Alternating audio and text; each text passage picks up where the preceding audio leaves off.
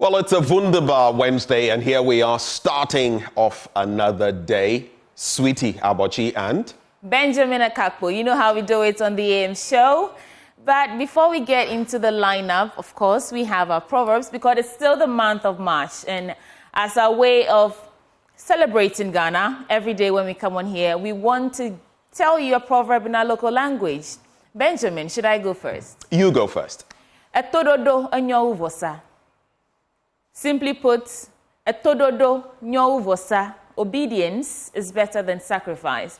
If only our leaders will listen to us and do what we want and obey us, then maybe they don't have to sacrifice anything. Sacrifice the country, go and seek financial bailouts from anywhere. Anyway, that's my proverb this morning. So, what do you have? It's more like trust and obey, huh? Yeah. Trust and obey. Yeah. Okay, mine is pretty simple. Yes, abo ni duano, nyame ne pra ne ho.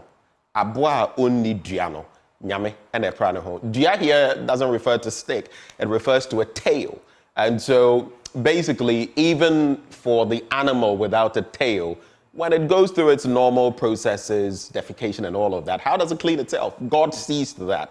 It also reminds me of that portion of the Bible that talks about our not being anxious about anything, because the same God who cares for the flowers of the field and makes them so beautiful, so elegant, who cares for even the sparrow and sees it when the sparrow falls or a hair of your head falls, takes care of us, both humans and animals. The final bit, though, it got me reflecting on how we are destroying our environment, especially in Ghana. Is that what God would want us to do? The same God who cares even for the ant. Wow. That's something to reflect on then, Benjamin. Yep.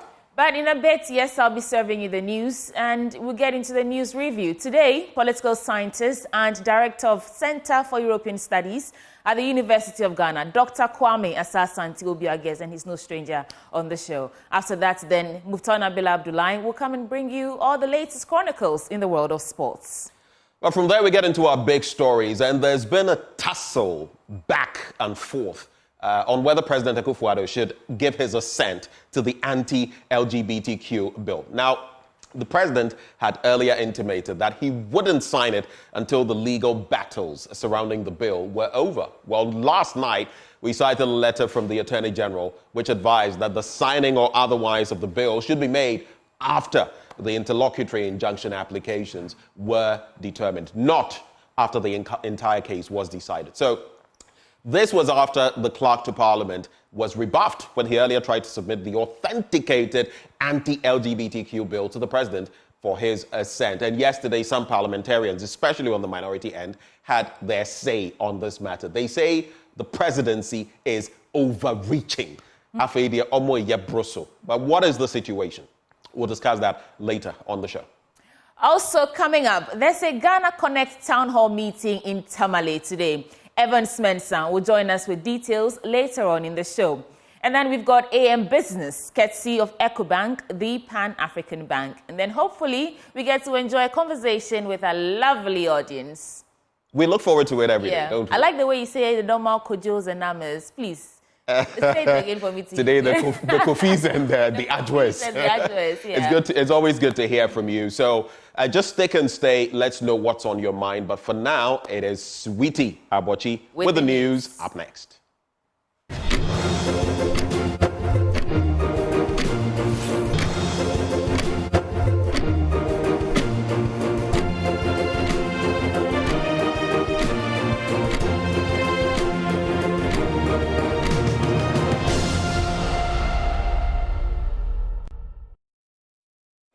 This is the AM News. Let's get into the details. The ECG is coughing up several thousands of dollars as the company begins emergency maintenance to restore power to affected communities. These activities of the suspected criminals are causing power outages in some communities in the Ashanti region. Oheming Tewia has more. The miscreants are targeting Bulls and North, holding the base of high-tension towers belonging to the Electricity Company of Ghana. In one of such operations, thieves caused 8 about 12 kilometers to fall, leading to power outages. The power company has had to ration power supply to affected areas, which included Kumawu, Bekwai, Manson Kwanta, and Ejiso. Here is General Manager, Ashanti Substation Division, Engineer Peter Kofi Fletcher, who first spoke about the severity of the vandalism. We have our tower line, which feeds areas like Echankrum, Ejisu environs, Efidiasi and its environs, Kumewu and its environs in Aguna. We came this morning to see that the towers holding the lines have fallen. 8 of them have fallen on the ground. And last night, this happened. In fact, it happened last night during the rainfall. And we came to site and realized that the cause of them falling were as a result of some boat knots being removed, some members which have been removed from the base up to a level of about 3 meters from the base have been removed. And these are structures that were intentionally built. Every component is necessary in the construction. So if you remove the boat knot and the members, you compromise the integrity. So yesterday during the heavy windstorm, our line tripped. We tried again and it didn't hold. So this morning, as we were hunting for the cause of the outage, we came and realized that 8 of our towers are on the ground. And the cause is basically some parts have been removed from the base, basically the boat knot and the members. And this affected power supply. The situation is not only a dent on the operations of ECG, but also a financial constraint on the strained resources. The ECG will spend at least $1.2 billion on maintenance works alone. Engineer Kofi Fletcher again. The cost alone, we are envisaging not less than $1 million in the construction. The time for the construction alone, we may go almost about a month. This is just even one of the many vandalism around. Of our transformers, which are even in circuit on the poles, are being toppled to the ground to even steal some part of it. Our RMUs, you go around, our RMUs are even being exposed. Some parts of the equipment, the one that's mounted at the ground, are being exposed. People are just picking some petty part of it. But you see, the petty part of it that you pick, that doesn't fetch you much. The whole equipment is damaged. So we just entreat the public that if you see anybody around this equipment suspiciously, kindly report. Our number is 0302 611 611. So what does this mean to customers in affected areas? We are assuring our customers that though it is a blow to us, the impact on customers may not be felt that much because we are reconfiguring the network to put everybody on supply. Meanwhile, officials of ECG have lodged a complaint with the Ghana Police Service while working around the clock to fully restore power in affected areas. From Kumasi, for Joy News, Oimenteria reporting.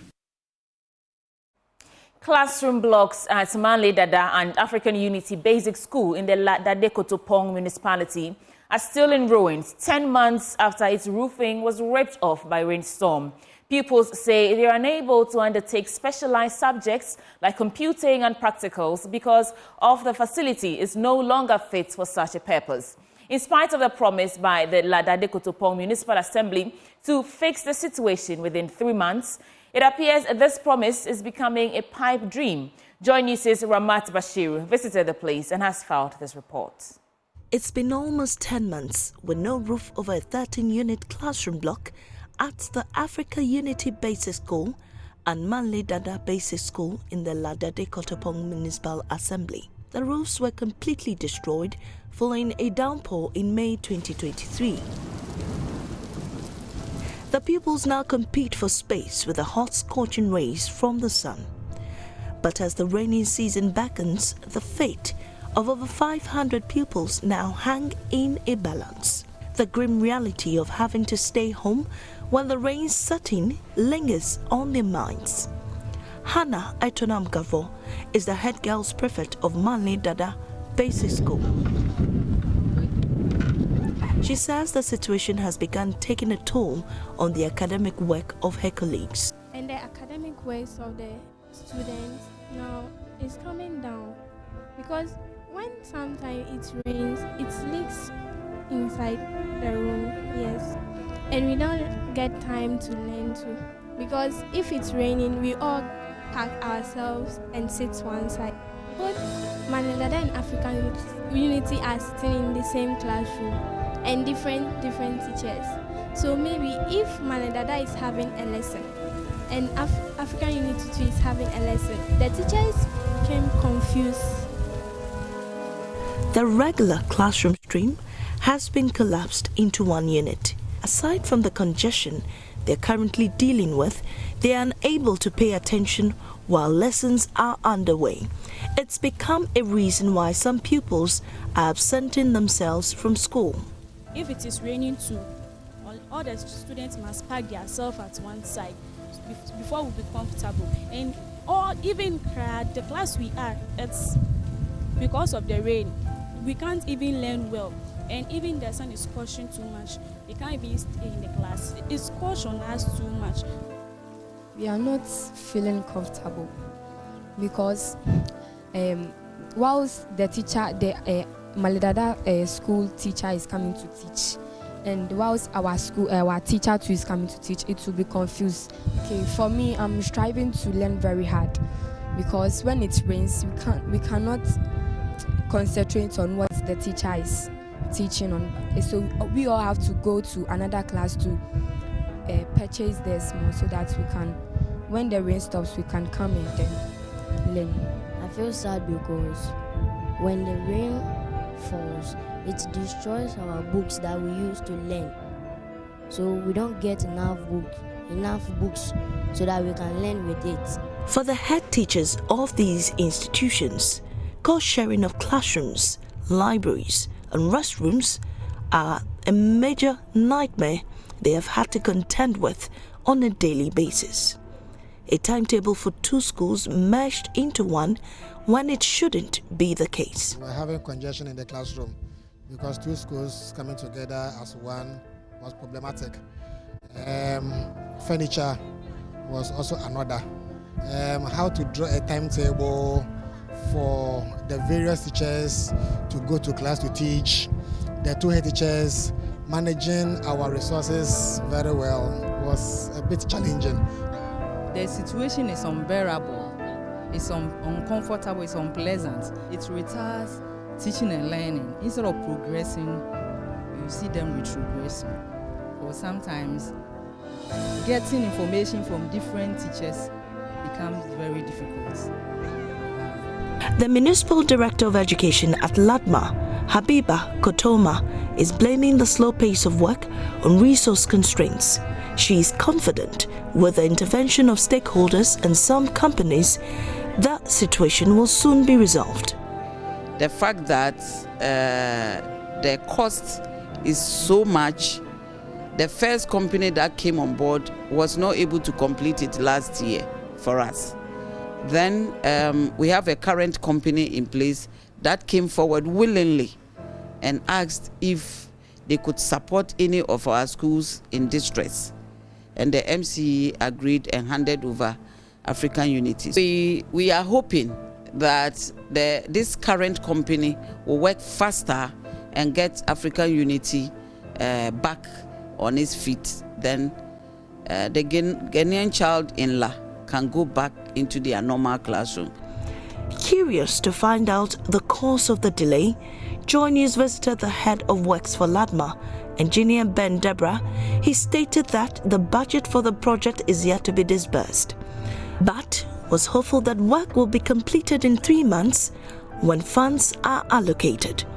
Beginning of the year, we prepare our budget and we implement our budget based on what has been put in a gift miss. When we say gift miss, you understand.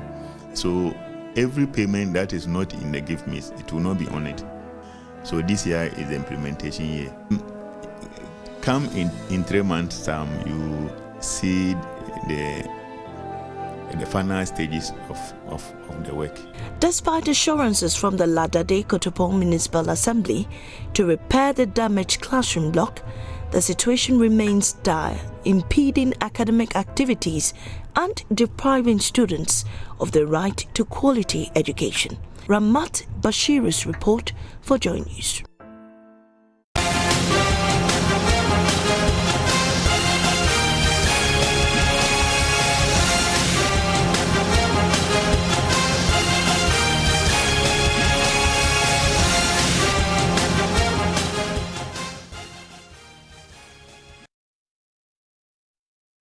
And now from our elections headquarters, women's group affiliated to the National Democratic Congress, calling themselves John and Jane Powerful Group, says the nomination of Professor Nana Jane Opoku-Agyeman as the running mate of the NDC is a demonstration of dedication to diversity and inclusivity, adding that the historic action marks a critical turning point in Ghanaian politics, empowering women and inspiring hope for a brighter future.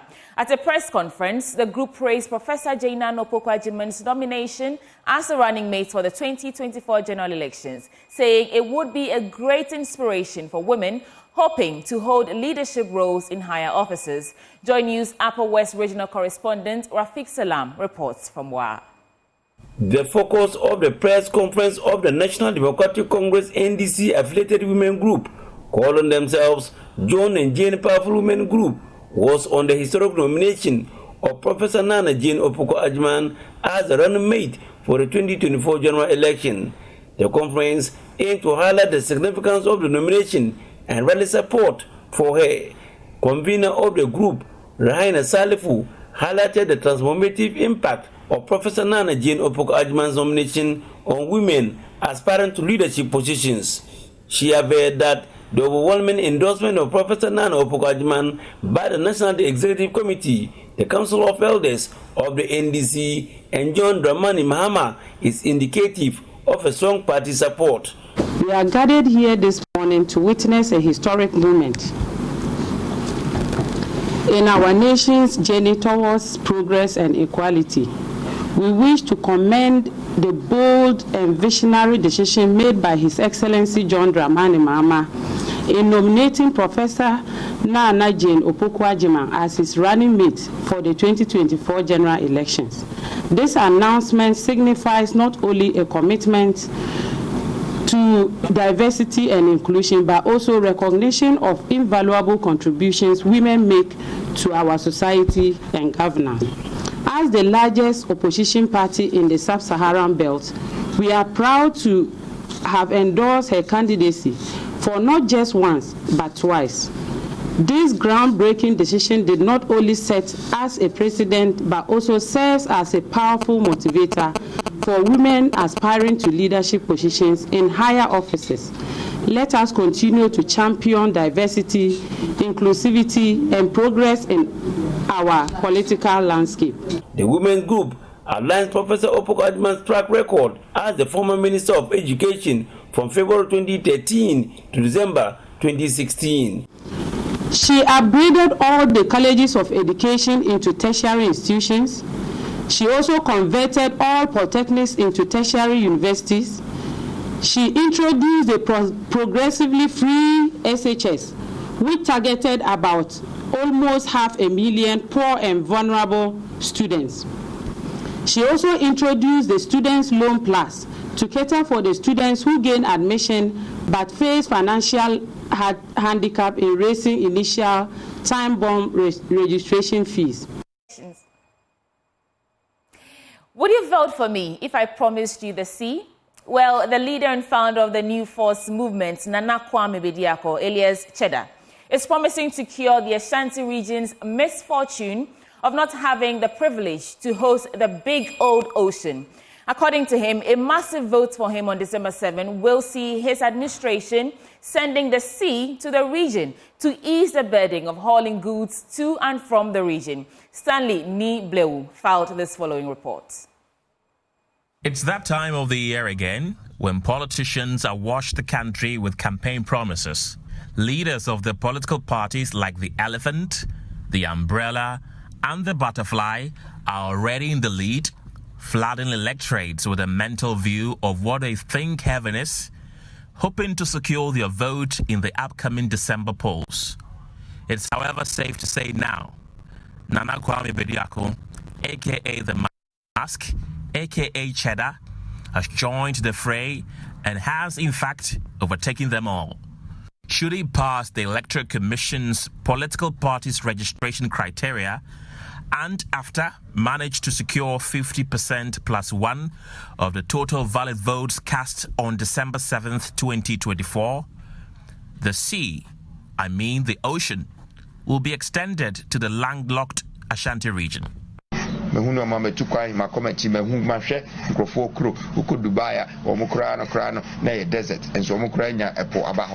been around the world and I have seen development. I wanted to replicate same in Kumasi.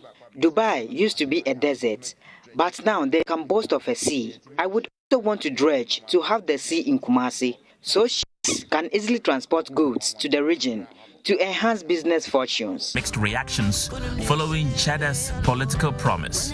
Here are some comments we picked on X. One posted, can't he bring all of them on excursion to see the sea and go back? Won't that be cheaper? Obiabanye said, at last, the single promise that the Ashantis have been waiting for is here. Hooray! The new force will get not less than 90% in the Ashanti region. Ofori Highest also posted, Chairman Godusa, then flood Kumasi, make them all 10 aqua impata. Some residents of the Ashanti region have been reacting. I think it's literally absurd. It can't happen. I'm not talking about it being an impossibility, but then let's be honest and let's be realistic. How can you dredge a sea from Accra to Kumasi? It's not possible.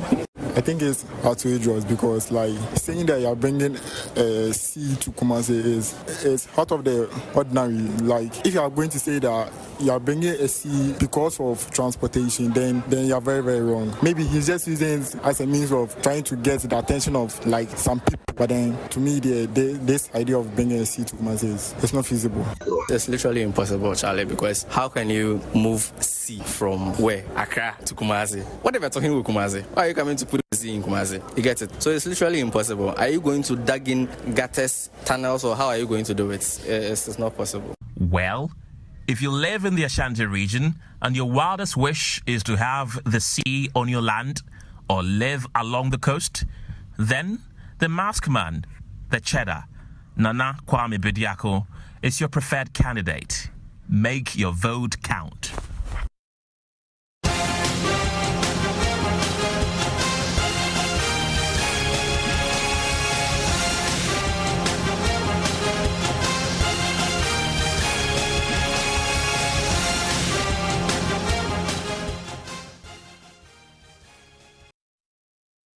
Away from our election headquarters, the hierarchy of the Health Service Workers Union of the Ghana Trades Union Congress has appealed for casual workers who are being paid with internally generated funds to be rolled onto the government's payroll.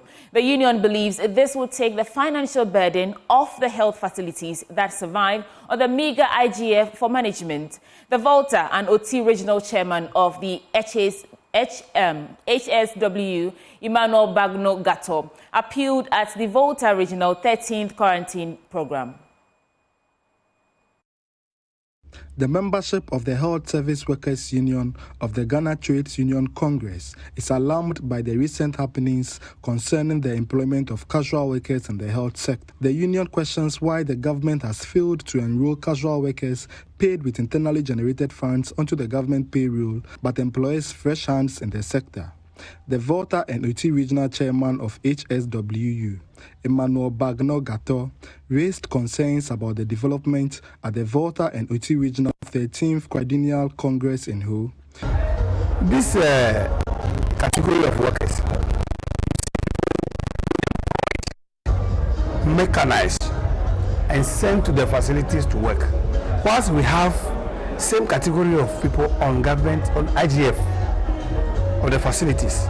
So we are pleading with government to employ these ones. Some of them are 40 years old in service on facilities IGF. Some of them are 10 years, some of them are 15 years, which is even against the labor law. So government should do well to create opportunities for this staff, or this category of staff, so that they are also enrolled onto the payroll. The General Secretary of HSWU, Franklin Owusu-Ansah, called for the urgent implementation of a directive by the Director General of Health Services on salaries of casual workers. There was a circular from Director General that IGF staff should be paid the same as mechanized staff, but we have not realized this at the facilities.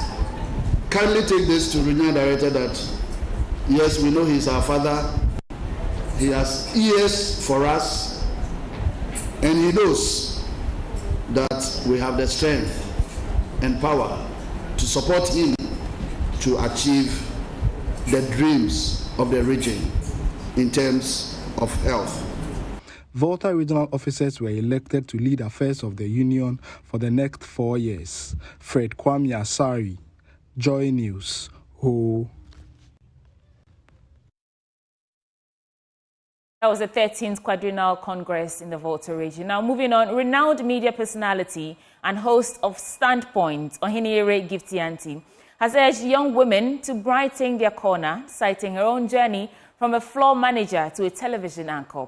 Speaking at the Hair Story Summit in Wa, Upper West Region, to mark International Women's Day, Ohinire Giftianti emphasized the importance of perseverance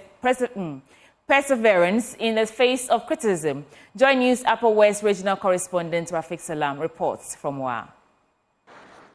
The summit held at the SDDU campus in Wa and the team counted in accelerating gender equality through economic empowerment, brought together participants from various political parties, women's groups, and students from different schools.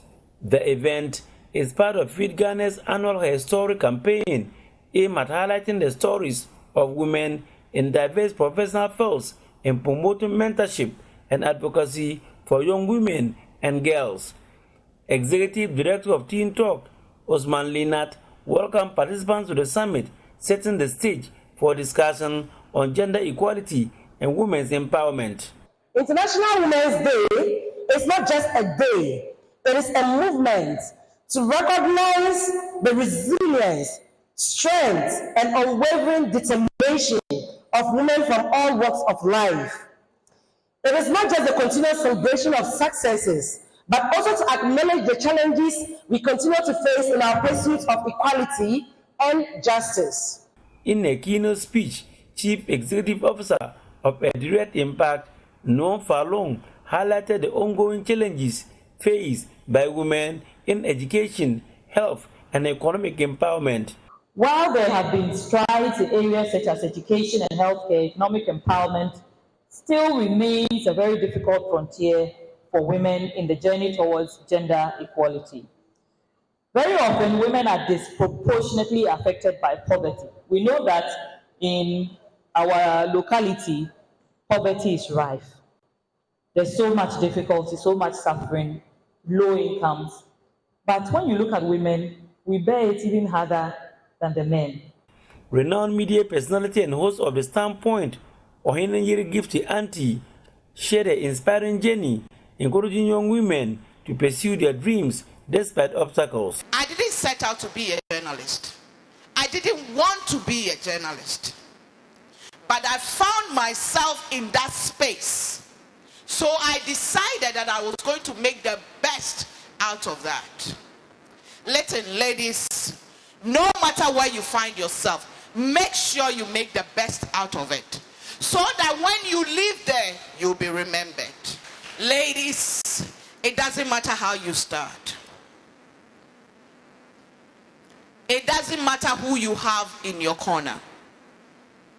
What is important is, what are you willing to sacrifice? The summit concluded with panel discussion featuring women from diverse professions, including academia and politics, sharing their stories and insights with young women, fostering self-advocacy and mentorship opportunities. Reporting for News, Rafik Salam. Wow. And that's it for the AM News on the AM Show. Now we get into the conversation. Stick with us. Up next is a news review.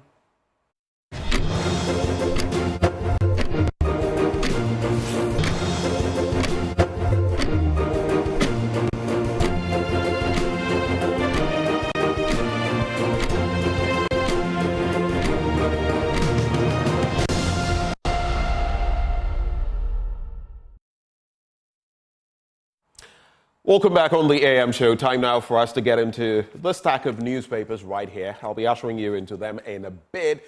But in case you just joined us, it's time now for the AM News Review. Do stick and stay. I'll be introducing my guests shortly. But before that, as always, like with Profa here for you. Yesterday, we continued with our conversations. We had Endpoint Homeopathic Clinic. We'll be telling you a bit more about them. But they're still offering you, if you're a man, prostate screening for free. That walnut-sized organ in your body could cause you a lot of devastation if you don't take care of it. There are things that happen naturally when you age, but are you taking proper care of your prostate? Did you know, for example, that tomatoes were very good for your prostate?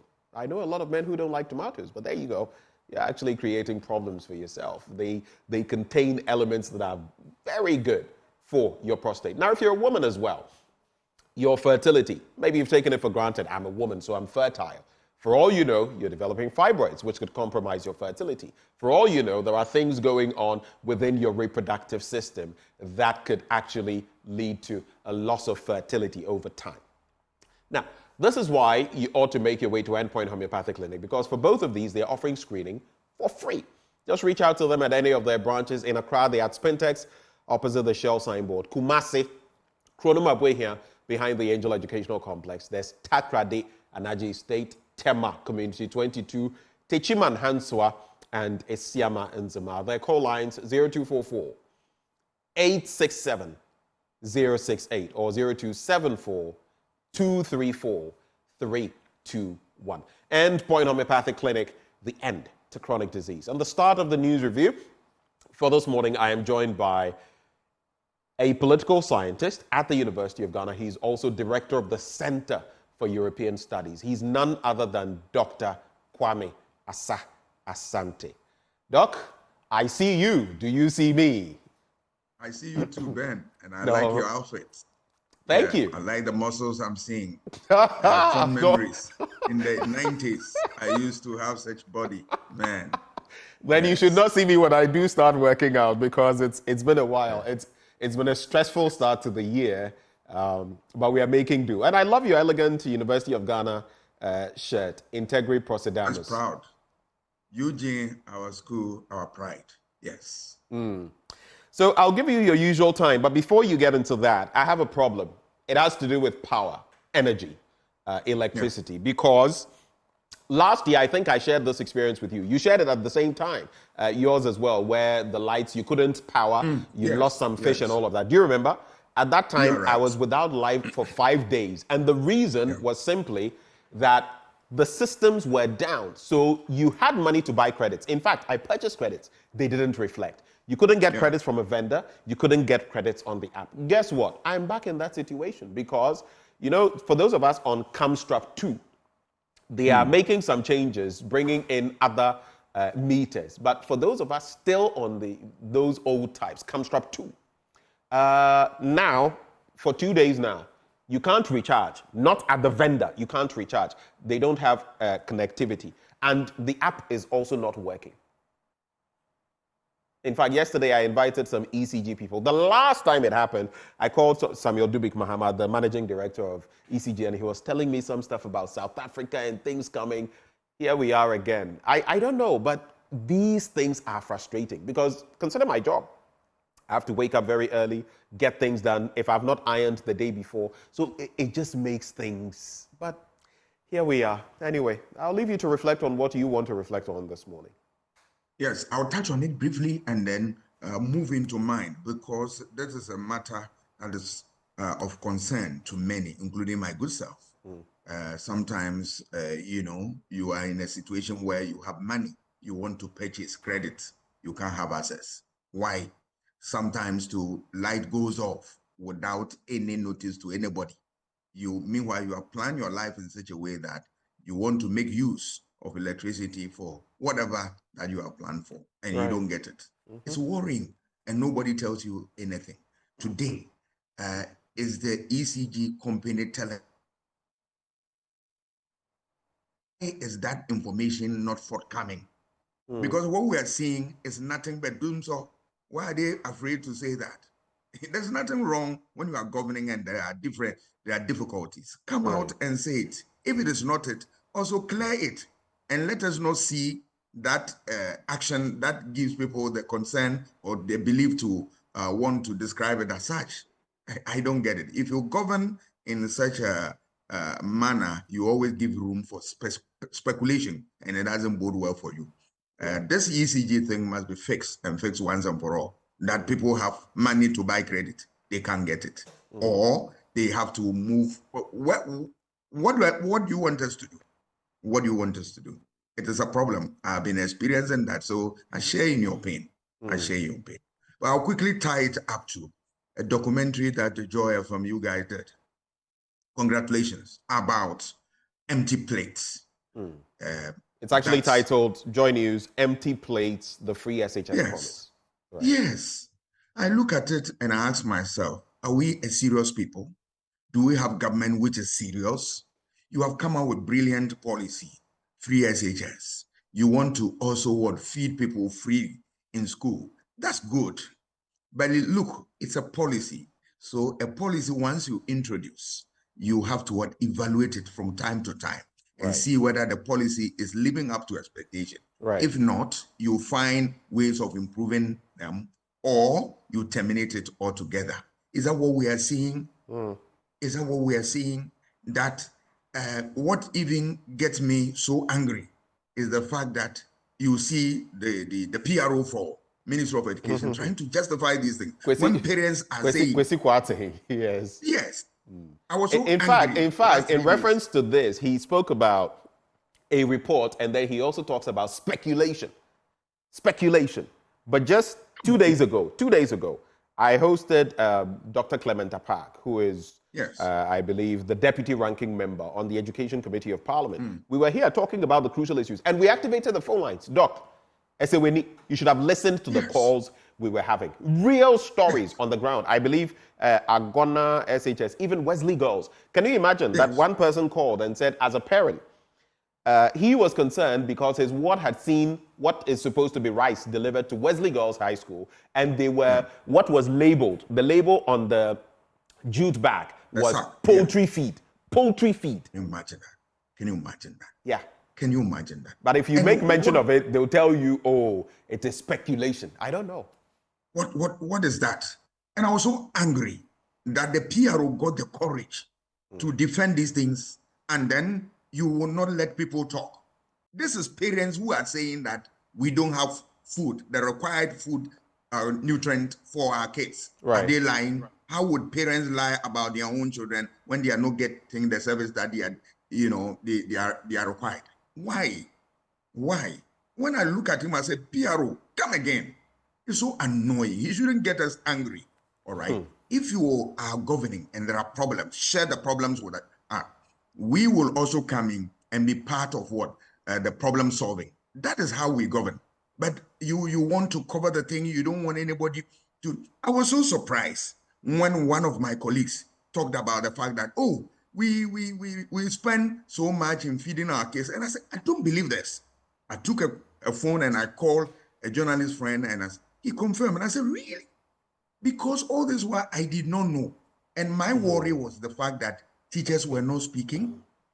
Obviously, you can understand. They will be intimidated. Headmasters were not speaking. If you speak up, you may be sanctioned. You may even be relieved of your position. You may be transferred to some other place that you may not like. What type of culture of silence in education is that? Are we back to that era? I'm not sure we are back to that era. That we can't complain about a system that we have put in place, that we fund. Remember, public policy is driven by state resources. So when you are putting my money in there, I have a say in that. Why are parents shying away? Now that they are speaking, all right, who is also forcing them to speak? We don't have to sit down for things to go wrong. We are stakeholders for that matter. So when something is not going well, we have every right to speak and damn the consequence. Of course, we are guided by the rules of the game. We speak, making use of the rules of the game. But look, we will continue to speak. Whoever is not happy, he can go and then have a rest at home.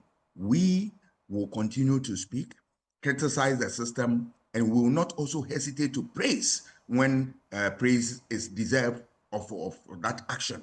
So please, Mr. Government, please, the ministry, do things right, because you are not, doing things right at all. Parents are worried. Their children are not getting the right nutrient for the food that they consume. They are looking for opportunity to supply food, and there are always difficulties. Why? You have a beautiful policy. Just open up, allow stakeholders to come in, and then let them be part of the problem solving. But if you cannot solve it, and yet you won't open your doors up for people to also have opportunity to contribute to that, then what type of governance is that? Please, that is opaque. We don't want that. Thank you very much for your thoughts, Dr. Kwame Asa-Asante. Let me start with the stories in the Daily Graphic newspaper. Police arrest Edubuahin murder suspect. And then there is Jospon distributes VinFast e-cars in Africa. There's also WASI calendar revised. And there's Graphic Business Stanbic Bank breakfast meeting. We brought you a live coverage of that yesterday. Prioritize tourism in development agenda. Sector fetches $3.3 billion in 2023. GTA CEO to government. On the back page, which is where I'm going to start from, African hockey chief defends safety of Ghana's pitch, and Rosie Abua wins gold for Ghana in high jump. You may have heard, Doc, about the South Africans withdrawing their male and female teams because the Theodosia Oko hockey pitch they felt was not safe for their players who have qualified for the Olympics. Well, the president of the African Hockey Federation, Saif Eldini Ahmed, has stepped forward to give assurance of the safety of Theodosia Oko Stadium the hockey stadium for all participating countries following the recent withdrawal of South Africa from the African Games, amid concerns by South African officials about the safety and readiness of the venue for the competition. Now, he acknowledged the challenges in venue preparation due to delays by the contractor. Mr. Ahmed also maintained that after meetings, all participating federations had agreed to proceed with the competition. It does not mean the right thing was done. They agreed to go ahead with it. And he makes mention of a point. South Africa's withdrawal from both the men's and women's hockey teams last Monday highlighted concerns over the readiness of that stadium. And the head also pointed out that among the 25 African countries recognized by the Africa Hockey Federation, only South Africa had a certified pitch. However, he expressed optimism that the Theodosia Oko hockey pitch would attain certification by October, coinciding with the Under-21 African Hockey Tournament. I asked myself, we were supposed to host this in 2023. That is why it is Africa 2023, the African Games. We had to postpone because we were not ready. And in 2024, our hockey pitch was still not up to scratch. But there's some good news. In a historic moment for Ghana athletics, the nation's anthem echoed through the University of Ghana Stadium last night as Rose Amwenima Yeboah clinched gold in the women's long jump event. Yeboah's remarkable 1.90-meter jump in the final event secured her victory, marking the first time Ghana's anthem has been played at the competition in celebration of an athletics triumph. All the others have been in some other sports. In fact, when you look at our medal haul, about 41 or so coming from arm wrestling alone. It tells you that in some other areas, we are not exactly performing. Any reactions to the sporting news before I go on to other stories? Yeah, I think we commend the lady who had just made Ghana proud, the high jumper. Right. The field event is a very difficult exercise. So when you see a woman, for that matter, doing her best, we are happy. And we salute her. We salute her. But come to talk about the hockey stadium, for me, it's a sorry story, an ugly spectacle. I don't know why such an international program, we created that mess for ourselves. The whole world is watching. They are reading about what is happening. And this is not a good advert for this country at all. More so when we are talking about this particular stadium, which was very close to the heart of Professor Mills. You recall? The day that they were repairing the stadium, Professor Mills was there because he himself was a hockey player. Yeah, back in his day at the University of Ghana. Yeah. Yes, that we would maintain the standard. And then if the time came for us to do a few finishing up for this tournament, we will put our house in order. But what has happened? I think the organizing committee and the ministry would take political notice of this, right all the wrongs, and so that the next time we don't have such bad publicity. It's not good for us at all.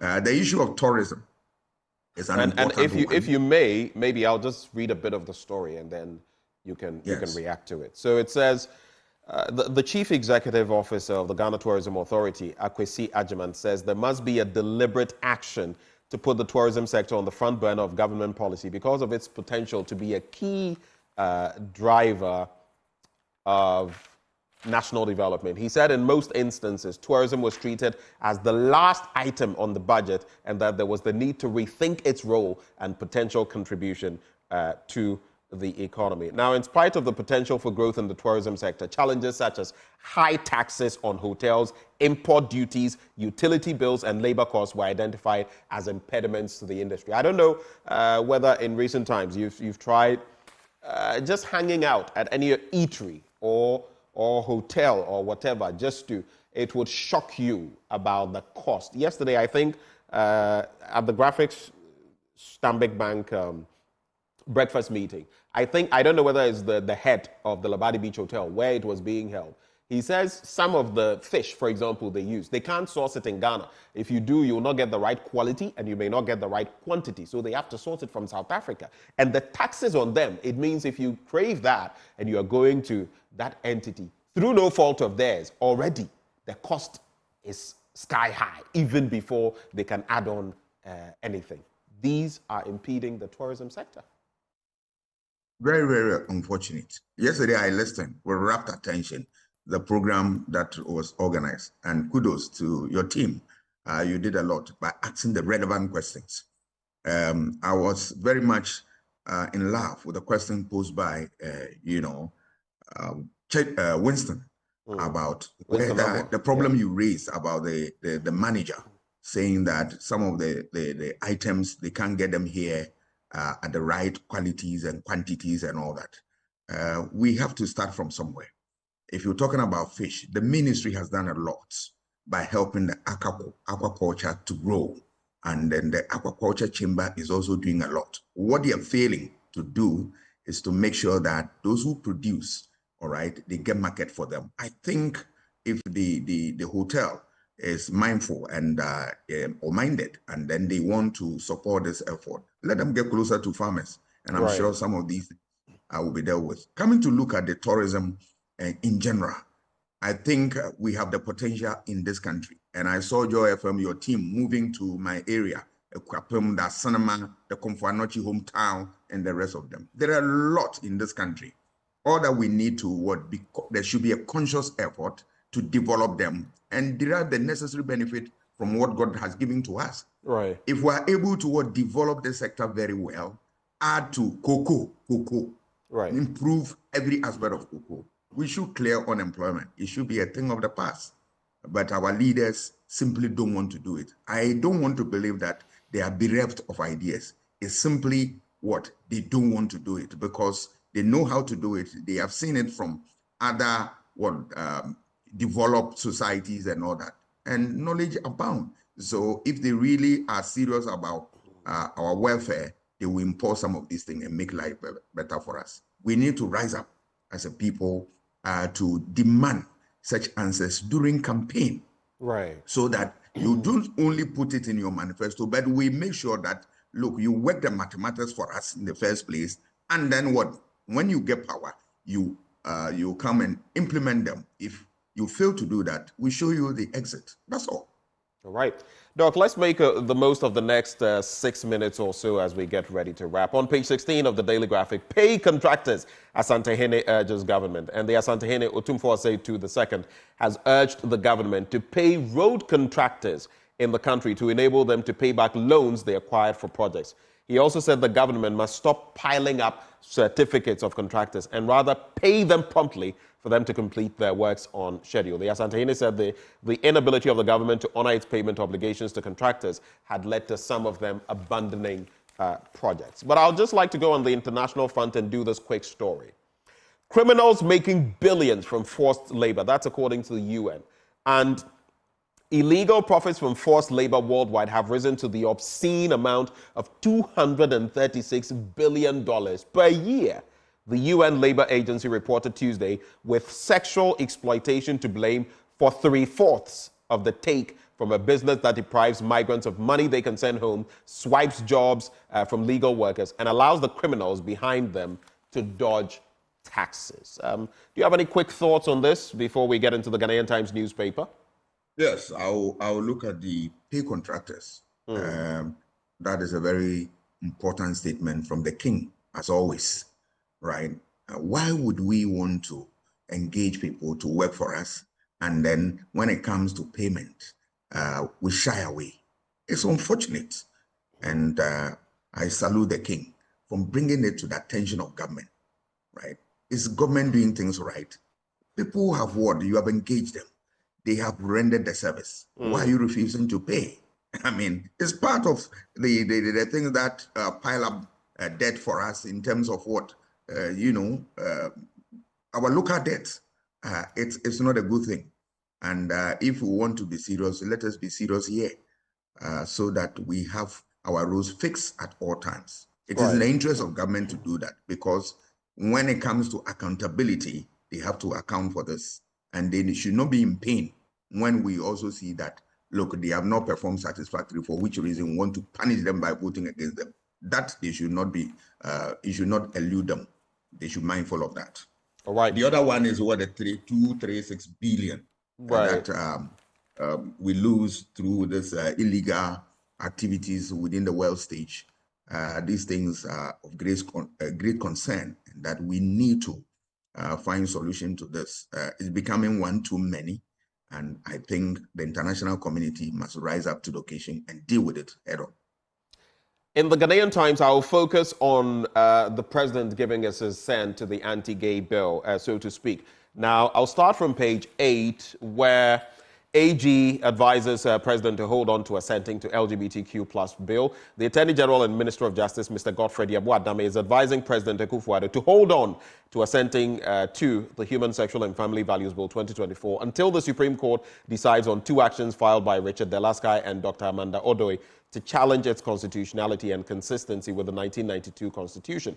Citing what it says, in the circumstances, I am of the view that assenting to the bill while the applications for the interlocutory injunction filed in the 2 suits are pending will render the said applications ocious and undermine the authority of the Supreme Court to determine the issues raised in them.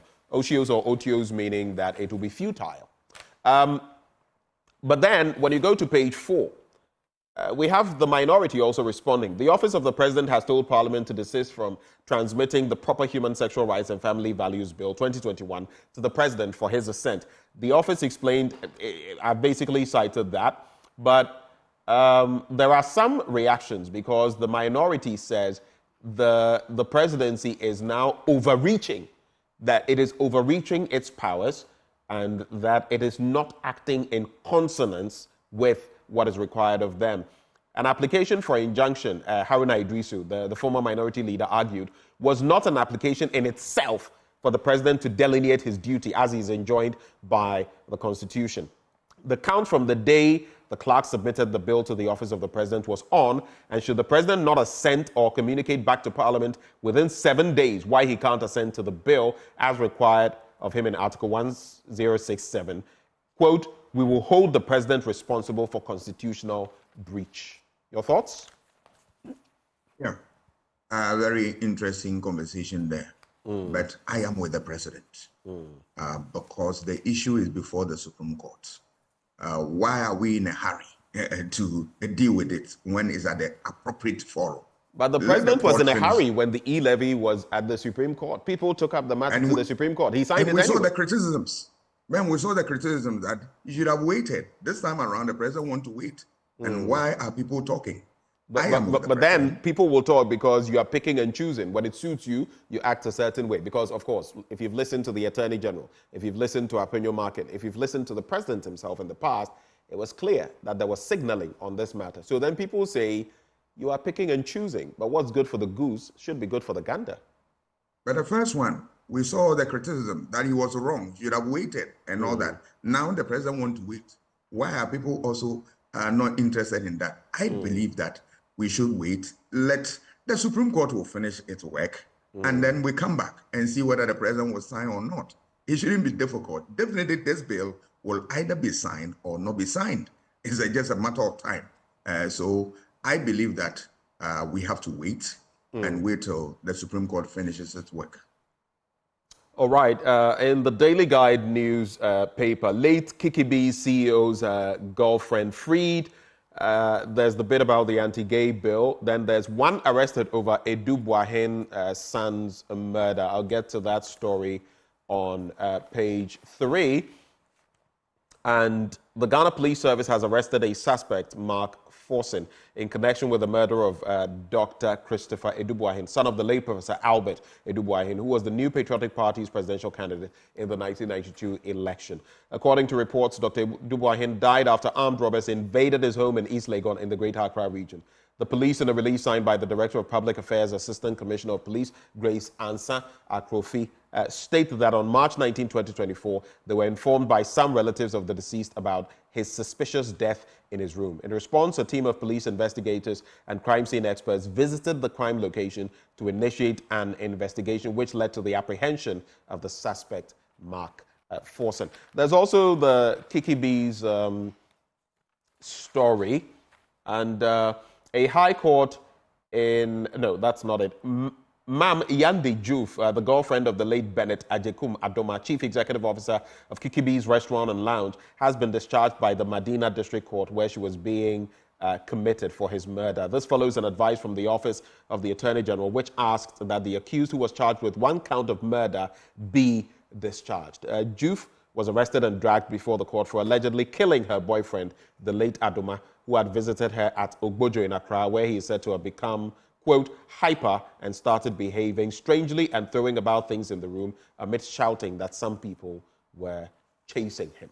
So that's the story there. Maybe I'll just add something else and then we wrap with the news. So there's the new finder. Varsities lament hitches to academic work caused by internet service interruption. And you're fully aware of that. You are at the University of Ghana. Those are our final stories. We have about a minute, Doc. Over to you. Yes, I will touch on that painful story, the death of Edu Boahen. Very, very painful. And this thing is gradually becoming, JB Dankwe in our system. JB Dankwe Major Mahama, among others. Yes. Edu Boahen, then JB Dankwa. We can also talk about the Tiger Eye PI gentleman. Yes. And then the man who operates the hotel in the north and the rest of them. Right. Drapa Dubai. Right. Yes. There are a whole lot of problems. I know the security people are doing their best, but we'll urge them to double up their efforts and to get corporates and then put them before court, for the court to, tell us what we should know. Because it creates a very difficult situation for us when people develop themselves, the time for their family to enjoy them, to enjoy their services, even the state to benefit from their work. Then people, unscrupulous people, go and take their lives. I will urge the police, the security people, that we believe that they are working, but let them also put in a lot of effort so that they can deal with this problem for us once and for all. All right, very quickly on the varsities and internet service interruption. Yes, we can go. It's a problem, but the good news at Legon is that we are getting services and then we are working, right? I am doing this interview in my office connected to the university system, and it's working for us. Yesterday, I was teaching in the night about to some of the my students, distance and main campus students. Over the weekend, I was also working here and all that. I heard online assessments and tuition were cancelled for a while. Yes. I know that in this difficult time, sometimes there will be hitches here and there. But so far, what I've experienced, so good. It's my hope and prayer that this problem will be resolved very soon so that it gets everybody on board. Because now our lives, whether we like it or not, is hooked on to this telecos and then the internet services. Right. Yes, last Thursday, I had a big challenge. I needed to buy credit at home. I could not. I needed, because I don't normally make use of real cash to purchase anything. Even if I'm going to the market, I buy using Momo because I just love it. It's easy. Wherever you are, you can transact business. So, and I'm happy that if you see the NCA, the minister, Madam Oslekufu yesterday was out everywhere explaining things to us. We need information. And I also commend MTN. They give us updates, and that's what to do. We expect them to double their effort and then finish this thing in no time. Thank you. Thank you, Doc, for making time to have breakfast with us. Dr. Kwame Asah-Asante. He's a political scientist, also director of the Center for European Studies. I wish you a wonderful day. Right before we go, right before I bring in sports with Muftau Nabila Abdullahi, Endpoint Homeopathic Clinic helping us bring you this segment as always. What are they offering you? If you're a man, prostate screening for free. If you're a woman, fertility screening for free. Here's where you can find them. In Accra, at Spintex, opposite the Shell signboard. Kumasi, Kronoma here, behind the Angel Educational Complex. There's Takrady Anaji State, Tema Community 22, Techiman Hanswa, and the Siamanzama. Their call lines 0244 867 068 or 0274 234 321. Endpoint Homeopathic Clinic, the end to chronic disease. But just the start of sports up next. Do stay.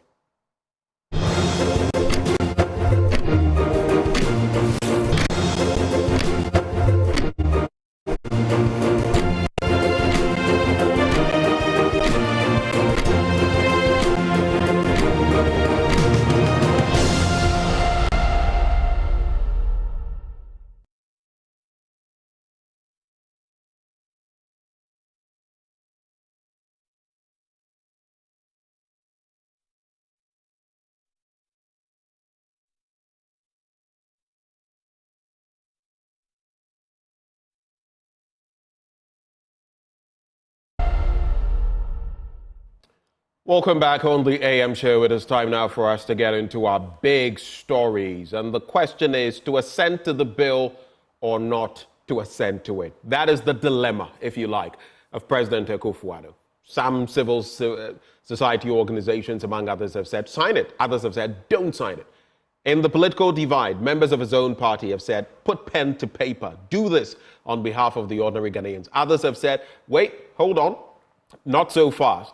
But now we hear that the presidency has come out to say, in a statement signed by Nasanti Bedietu, the executive secretaries of the president, saying, no, we're not going to sign this. In fact, don't send this to the clerk of parliament.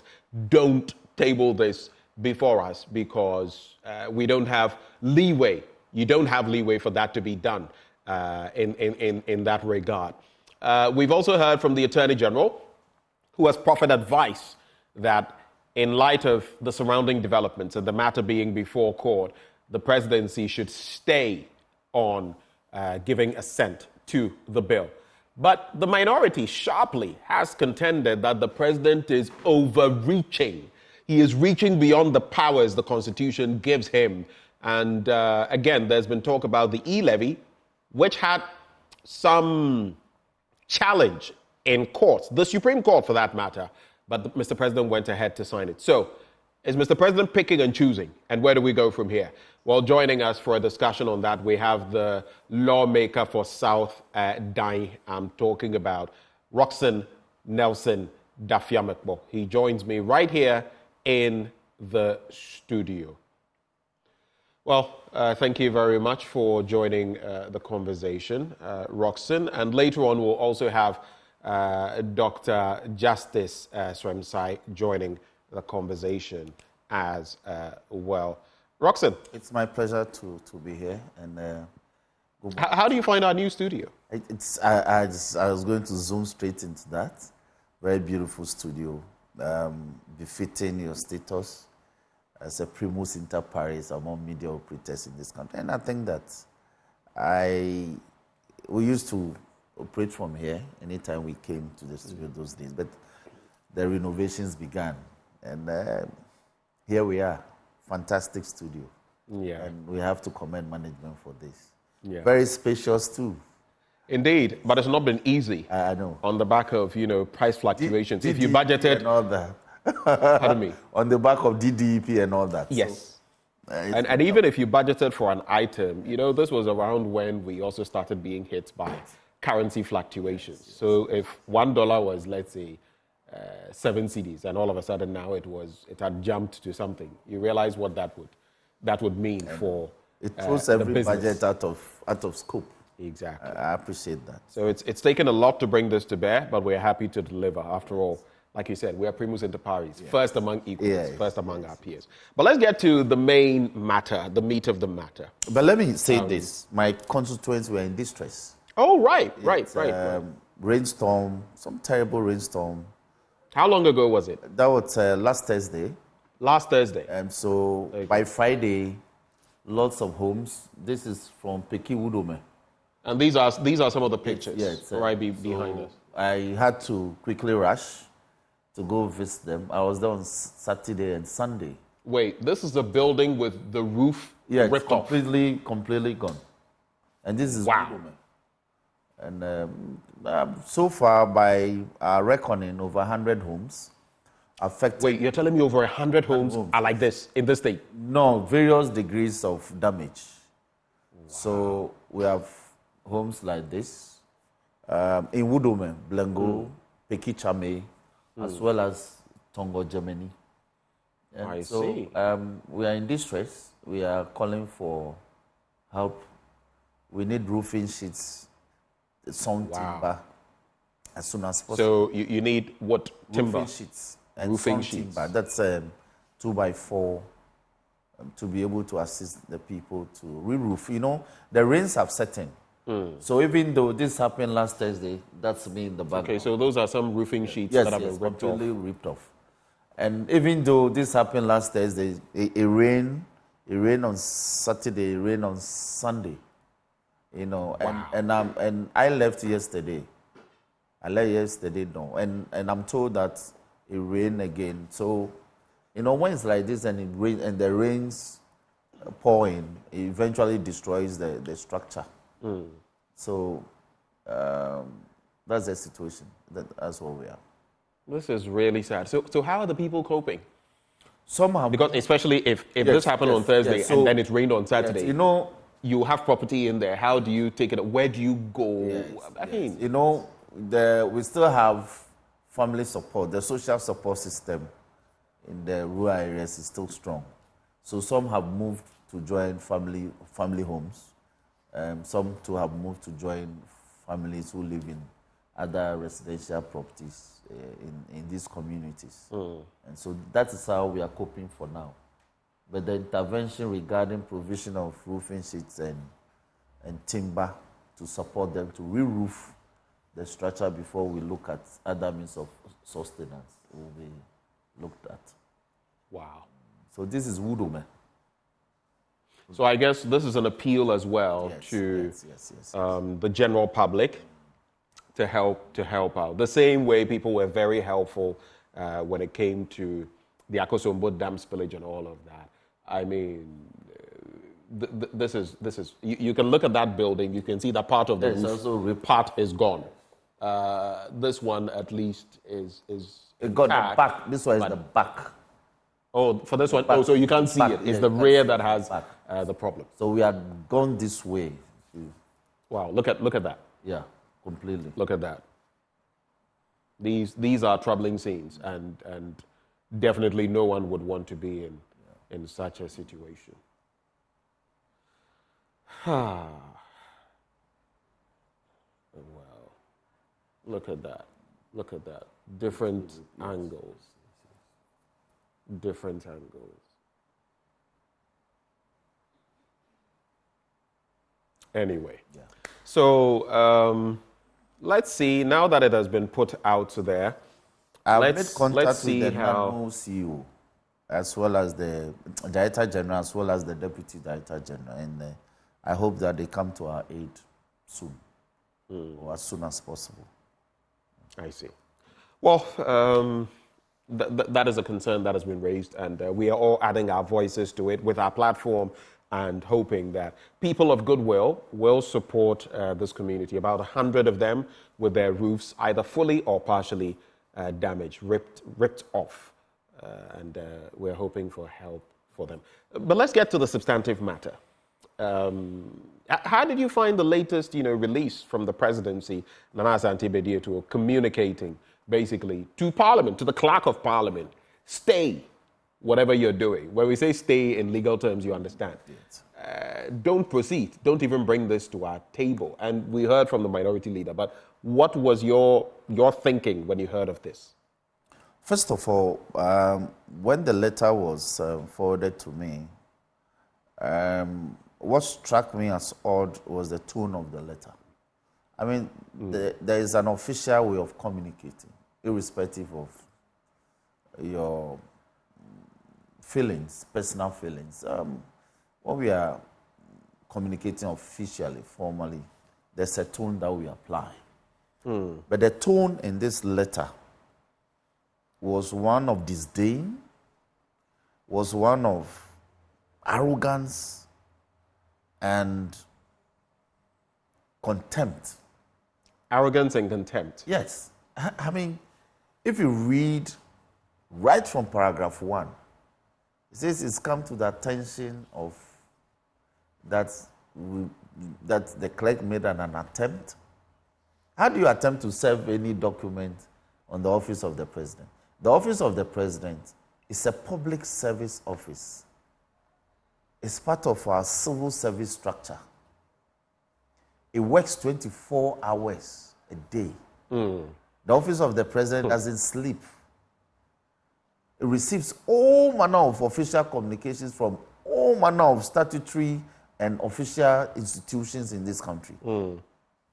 Now, notwithstanding your disposition on a matter, you cannot, for instance, stampede the process of having a document brought to the office of the president. You cannot. So to suggest that the decision to even attempt to... So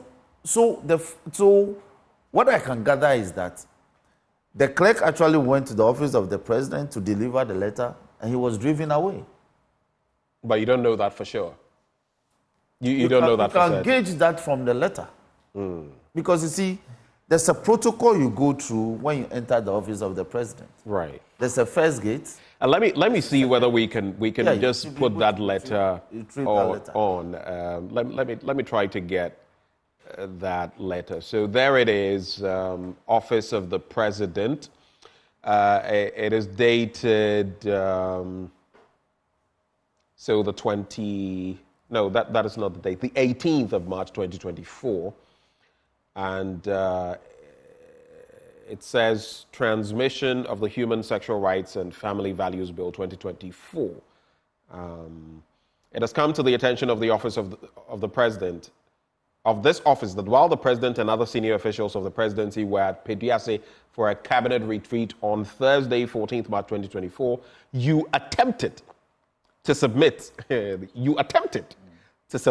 the Human Sexual Rights and Family Values Bill 2024 to the Jubilee House for the president to signify his assent or otherwise to the bill. The office is aware of 2 pending applications. It goes on to talk about, I don't want to, Richard Delaskai and Dr. Amanda Odoe. And then it says, the Attorney General has, by letter dated 18th March 2024, informed the president that he has been duly served with both applications and has advised the president not to take any step in relation to the bill until the matters raised by the suits are determined by the Supreme Court. It is the understanding of this office that both applications have also been duly served on Parliament. Therefore, it would be improper for you to transmit the bill to the president, and equally improper for the office to receive the bill until the Supreme Court determines the matters raised in the suits. Indeed, it is settled law that during the pendency of an interlocutory injunction application, the status quo ante, right, as it was before, ought to be preserved, and no action should be taken that would result in prejudicing the injunctive relief sought and undermining the authority of the court. In the circumstances, you are kindly requested to cease and desist from transmitting the bill to the president until the matters before the Supreme Court are resolved. And you say this is what? It's an arrogant tone. Now, how else would you have communicated this? I could say, if I were the executive secretary to the president mandated to write this letter, I would say that I'll give that subject, and I'll say that the subject refers respectfully. This office is informed that you attempted or you were here to submit so and so and so and so. As you may be aware, we have to notify you or bring it to your attention that there are pending suits in respect of this matter. Right. As a result, may we all stay within the bounds until the matter is finally determined. That's how you communicate. You don't use words like you must desist. You can't do that. But these are legal terms. Ceasing and desisting. No, they are legal terms. You see, Media 2 is a third party in this matter. There's a plaintiff applicant and there are defendant respondents in the matter. If a party to this suit feels strongly that a certain conduct is contemptuous of the court, they know the remedy to pursue. It is not up to Media 2 to tell Parliament not to act contemptuously of the Supreme Court. It doesn't lie in his mouth. He's my senior in the law, but on this occasion, he completely treated Parliament like an offshoot of the executive. We are not. An offshoot of the executive? Of the executive, we are not. Do you realize what you're saying? Yes. We have a system that has entrenched the separation of powers, that has delineated clearly what each arm of government should do, what the powers, specific powers are, and also looking at, is it Baron de Montesquieu? What's the term? It just escapes me. Where each party, there's a separation of powers, and each one tries to act as a counterbalance. Checks and balances. Checks and balances. Separation of powers. To the other checks party. And balances. And what you're saying is almost as though that didn't exist. No, I'm saying that he cannot treat Parliament like an offshoot of the executive. We are not subservient to the executive. We are co-equal arms of government. Right. So when you are conducting yourself in relation to another organ of state, you must conduct yourself within the protocols and the ethics that comes to those offices. So this was a breach of those ethics? No, yes, you don't communicate to Parliament as if we are subservient to the executive. All right? The clerk to Parliament is akin to the chief of staff of the presidency. It's akin to the judicial secretary who serves, who occupies an office and operates under the office, or operates and serves the judicial council and the chief justice. So in other words, Nana Asante Bediatuo was communicating to his compatriot. If you look at the level, he was communicating with this letter to the clerk of Parliament. His position is lower in terms of rank to the right, because he's executive secretary, yes, and he is not chief of staff. No, so in other words, he was communicating to his superior. In terms of the organogram, he was communicating to his superior. So language and everything must be temperate. I see. The point that is made, though, it brings to mind the e-levy discussion and all of that. So.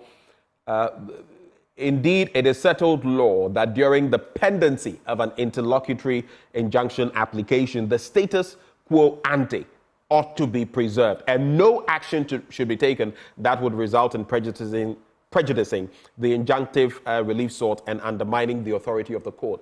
Was that not the same situation in the e-levy bit? Should have allowed me to make this point. I was going to make that point.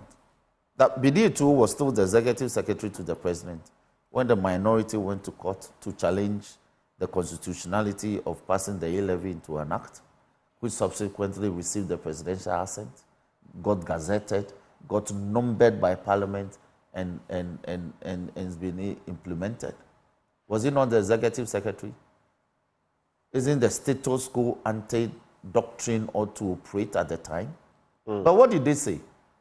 They argue that there's a presumption of regularity of presidential functions under the Constitution until the court of law says otherwise. So that presumption of regularity of the functions of the president, it still applies now. It still applies in this case. In any case, if you look at the stipulations in Article 106(8) of the Constitution in respect of this matter, there are clear timelines to be followed when this happens. When a bill goes through the mill and is passed into a law, right, and is remitted to the office of the president cannot say that he will not receive the bill. You must receive the bill and take steps. What steps are available to him? Within 7 days, you must inform Parliament that, instead of giving an immediate assent to the bill, I referred it to the Council of State for advice. And in that referral to the Council of State, the president is supposed to indicate to Council of State the portions of the law or parts of the law, provisions that he thinks that they must pay attention to and advise him. He has to give that indication. If he's not making a referral to the Council of State and he wants to veto it properly, he must, within 14 days of exercising that veto, inform Parliament regarding portions of the bill, proposing amendments to them, and justifying this amendment. And Parliament is mandated under the Constitution to necessarily consider those amendments proposed by the president. And when that is done, Parliament must, by 2/3 majority, approve of the bill. When that is done, it is then remitted back to the presidency, and the presidency within 30 days must willy-nilly assent to it. These are the procedures provided under law. Okay. And available to the president. Right. Now, if you proceed under Article 2 of the Constitution and go to the Supreme Court. Hold it right there before you go to Article 2 of the 1992 Constitution. Let me also bring in legal luminary lecturer as well, Dr. Justice Srem Sai. He joins the conversation. Doc, good morning. Good morning, my brother. How's everything? I am well. I hope you are too. I'm very well. Let me say good morning to my senior, honorable. I hope everything is fine. Doc, we are surviving. All right. So let me just. Some have said two schools of thoughts. Some are saying the presidency is overreaching. It's going beyond its powers in this, especially when you have the precedent of the e-levy. That precedent has been set. And you know what that means in law. But then others are also saying, well, he erred when it came to the e-levy, so now he's learned his lessons. That's why he is not acting in a certain way when it comes to the LGBTQI plus bill. What do you see? What is your reading on this matter? Yeah, so there is a word, I think the Constitution used that word once. It's called candor. Right. To be candid. I think the to be honest. to be candid, which means that to be honest and upfront with issues when they come up. I think what is happening from the office of the president is exhibiting complete lack of candor, and which is necessary for running a public office. And I think we are even treating the president's behavior on this issue too seriously. Personally, I don't believe that the president has any honest belief in all the arguments he's making. First, I don't think that he himself or any of his legal advisors believe that when someone files a process in the court, a constitutional mandate, a constitutional command ought to stop merely because someone has filed a process in court. I don't think that the president believes in that argument. And the evidence is what you just referred to in respect of the e-levy. In fact, it was not only the e-levy. Around the same time when the minority was in court, Fix the Country, Oliver was also in court trying to injunct what we call the GRE from collecting the levy. The same argument was advanced, and the Supreme Court dismissed Oliver's application. And this is not the first time. So I have no doubt in my mind that the president has no honest belief in the argument he's making. He also has no honest belief in the argument that that he ought to refer or wait for the Supreme Court to decide the matter before he takes a step. Because the president and his legal advisors are very much aware that when the Constitution gives you a command and places the duty on you to perform, it is not your business. It is you have no discretion to defer that duty or refer that duty to another person. And that position was even made clearly in the recent Professor Ojua Piaget case. So all this, I believe, to be honest with you, is just what we call antics. With all due respect, it's just it's just a bunch of behaviors put together to achieve a certain purpose. And let me tell you what the purpose is. The president knows that the case which is in court will never be decided this year. He knows, because we all in this country, we know how the Supreme Court operates. If you add the timelines, there is no way the Supreme Court will decide that case before the end of this year. So the president's interest. So in other words, what you're saying, Justice Remsai, is that the presidency wants to dodge the signing of the bill, knowing very well that this process could run through the year and that they would escape the burden of signing it. Is that what you're saying? Exactly, that's what I'm saying. So the president has not, he has two things to do: to sign the bill or to veto it. He knows the consequence of choosing any of them, and he doesn't like any of the consequences. So what he's basically doing is to try to weave through, delay the process, pass it around, create confusion in people's mind. As usual, we will discuss it, we will analyze it, we'll call the legal luminaries, we'll talk about it, do everything, while he's getting what he wants. And what he wants is that the process will delay. And at the end of the day, nothing happens. He goes out of office. So all there is no doubt in my mind that the president doesn't believe in anything he's doing, anything he's saying. Talk about the service of process on the president. The president doesn't have to be personally receiving, processes from anyone. Communication, like Senior rightly said, communications, thousands of them go to the president's office every day. He doesn't even receive one of them. So they claim that he was in Peduase and then someone attempted to serve something on him, creating an impression that he wasn't personally present in the Jubilee House, so the process could not be transmitted to him. It's even neither here nor there. So really, it is just lack of candor, fear, and sometimes I may even say frustration. And when you read the letter, the tone is full of frustration. I think the president is frustrated seriously about what is happening, and all he's trying to do is to find a way to dodge the bullet, or let's call it the bullet, the issue. That is what I think of this. And I don't think that we need to even spend time to make any legal argument for or against this. And the ordinary Ghanaian is aware what the president is doing.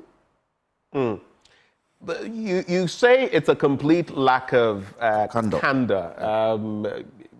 Your senior in the studio, Roxanne, has also pointed to the fact that it denigrated the clerk of parliament, because if you look at it, the judicial secretary is in charge when it comes to, of course, we have the chief justice, but in terms of communication and all of that, administration-wise, it is the judicial secretary. When you go to parliament, it is the clerk of parliament. When you come to the executive, it is the chief of staff, right? But the tone of the letter and its communication, did you see anything wrong with it? Well, I agree with Senior that it seeks to denigrate the recipient of the letter of the address, who is the clerk of parliament. But more importantly, it embarrasses the presidency itself. It is more insulting to the presidency itself than to any other person. Because, how do you write a letter from a high office at that? It shows a sense of insecurity. It contains so much threats unnecessarily, which need not even come from the office of the president anyway. If the president thinks that it believes in the arguments in the letter, the point is making in the letter, you don't have to be so aggressive and so belligerent to communicate that. It's a simple issue.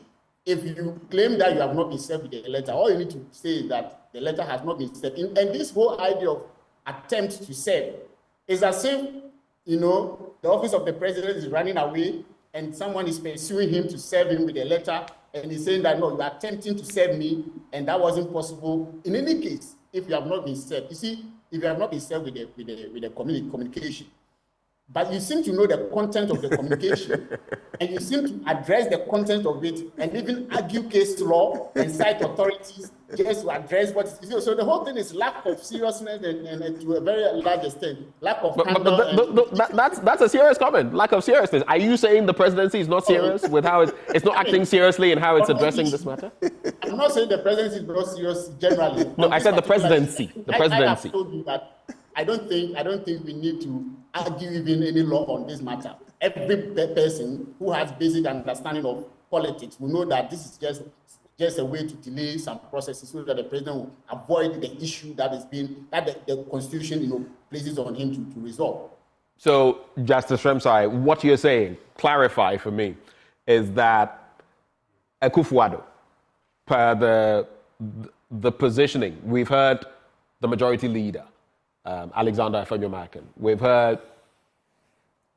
heard, for example, the Attorney General, Godfrey Adame. We've heard the president on this matter. Even a day before the suit was in court, he was referencing a suit that would appear on the 5th of March, and on the 4th of March, he was addressing the diplomatic corps, and he was referencing a suit that maybe the president has a crystal ball that we don't know of. But is your thinking then that Mr. President will do everything? In fact, he will not sign this bill. Is that what you see for now?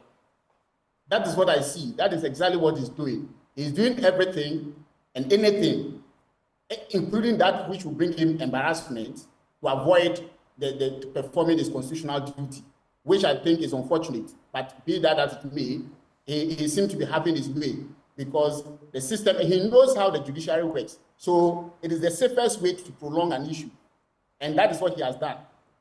But that would also be an indictment on the judiciary in a way, wouldn't it? If because we know of the processes and the lack of timeliness in some of these issues. Is this not one of the instances where the judiciary should be able to, in a timeless manner, deal with an issue like this? The judiciary, it is, processes, and we have a number of days that things are supposed to be done. When you file a rate, it must be served. When it's served, you have a certain number of days. When you do all this computation, it is clear that nothing will happen before the legal vacation, right? Legal vacation begins on the 31st of July through to September. And the Supreme Court doesn't see through vacations. So what you are looking at is that this matter, if anything at all, will be heard somewhere in October, and if you are lucky. So in October, that is the elections at its peak. I don't think a lot of people really are around doing work anyways on some of these high-profile constitutional matters. So to my mind, the thing was done with a deliberate, concerted effort, well planned, and it's been executed in the manner in which we have seen. And of course, what is so special about this bill? There are more serious issues that have been pending in the Supreme Court for the past 1, 2, some 3 years. More serious than this. So really, why should the Supreme Court give this one any priority? Obviously not. They will just apply the normal processes and it will take a long time. So I think that it is what it is. There should be, you see, Montesquieu says something that Baron de Montesquieu ambition must be met by ambition. That is the only way power could balance. Parliament has so many ways of countering what the president seeks to do. Because definitely there will be communications, several of them coming from what? The president to Parliament. Parliament can pay the president back and tell him that, well, we have also been an attempt, to serve us with this notice or this ministerial. So we cannot play that game. But you see, that is exactly why no one should be in a public office and conduct him or herself the way we seem to be seen here. Because if all officials of public service, all officials of arms of government were to behave in this manner, what it means is that governance will run to a halt and nothing will happen. So that is why the Constitution is very particular about that word. You should be candid when you are in public office and make sure, if you have honest belief, that you do not want to, as it were, you want to veto the bill, go ahead and veto and give your reasons. Exactly. If you think that you do not want to veto, you give assent and let the chips fall, do that. That is what we call candor. You are being candid. But to pretend all of a sudden that the president doesn't have the capacity to discern whether the bill is in order or not, and that he has to wait for Supreme Court to decide before he takes a decision, it cannot be a very acceptable of performing public function, especially in the office, high office such as that of the president. I know you have to take leave of us, so I'll just throw this last batch to you very quickly. One, Roxanne Nelson, Dafiamekpo wants to sue. In fact, he has. There's a suit, and we'll be getting to that shortly. And it's actually dated the 18th day of March 2024. He told me for the first time, the last time he was in the studio, that he would do this, and he's done it. How far do you think that would go? Two, this would then shift the burden of giving assent to this bill to the next parliament and likely and the next administration. What would that mean? Because then President Akufo-Addo would have forfeited, run away from this role and left it to hang around the neck of whether it's going to be Dr. Bawumia or John Mahama or some other person, and said, okay, so Muje, you deal with this matter. And do you think there would be electoral ramifications for this administration on the back of this decision? Quick thoughts. Yeah, so one, I am a believer in rule of law. I subscribe to solving problems in the court. So I do not have any particular, contrary view to what my senior has done. But I believe that So you support the suit? But may I finish? But I believe the suit is exactly what the president wants. He's getting everybody to be where he wants everybody to be. That is that let's all go and lock ourselves up in the judicial system. And that's what he wants. He doesn't believe he will win the case. He has no honest belief in the consequence of the case that is there. He wants only one thing. Let's all of us hang ourselves within the court system and let this matter be left there, and then I exit office peacefully and I go my way. History will not have anything to say about what I have to do with this bill and all that. That is what the president wants, and it appears he's going to have that. That is why I say that in matters of battle between the arms of government, not all of them will be resolvable in a court of law, especially when you want actual results. Some must be met with political, what we call political skirmishes. And I think that the best thing to do now is not to go and hang all of us. Yeah, it's good to go to court, and definitely the suit has merit and must be heard. But at the end of the day, if you want to counter what is happening, it is politics as far as I'm concerned. I don't think there's any legal issue in this matter. It is politics, and I think it must be resolved also through another means of politics. Now, the second question you asked is whether it will have political ramification for any of the parties. Let me tell you one thing. In this country, the main thing that controls politics is not religion. It is not economic status. It is tribe. That is the most dominant factor in our politics. We don't often talk about it, but it is tribe that determines who wins elections, in this country, mainly. So I don't see this, LGBTQ thing influencing any political, it won't have any political effect on anything. Not even religious matters don't. And so I don't think that somebody who decide to vote for, Dr. Bawumia or the NPP will go to the polls, and because of this LGBTQ thing, would decide that will vote for, someone else. Neither do I think that someone will vote for NDC entirely on this. I mean, of course, some individuals will do that, but in the general effect of this, there will not be any much influence on any electoral outcome based on this law. Thank you, Doc, for joining the conversation. Squeezing out time you would have used to lecture and all of that. Thank you. We're grateful for your time this morning. Thank you so much. And have a nice day, senior. No, the man is not in Ghana. He's not in Ghana. I see. I'm in Ghana. I'm in Ghana here, right? Very well. Very well. All but right. we'll talk. Thank you very much. We'll talk. And that is Dr. Justice Srem Sai. He just joined the conversation as well. I could tell he was in Ghana from the picture on the wall. Oh, I see. If you hadn't noticed the picture on the wall, but I could have been mistaken as well. So your reflections, Dr. Sremsai has had a lot to say. He says there's a complete lack of candor or honesty. He also talks about the fact that, in fact, in referencing the e-levy at the time, it wasn't just the suit in court.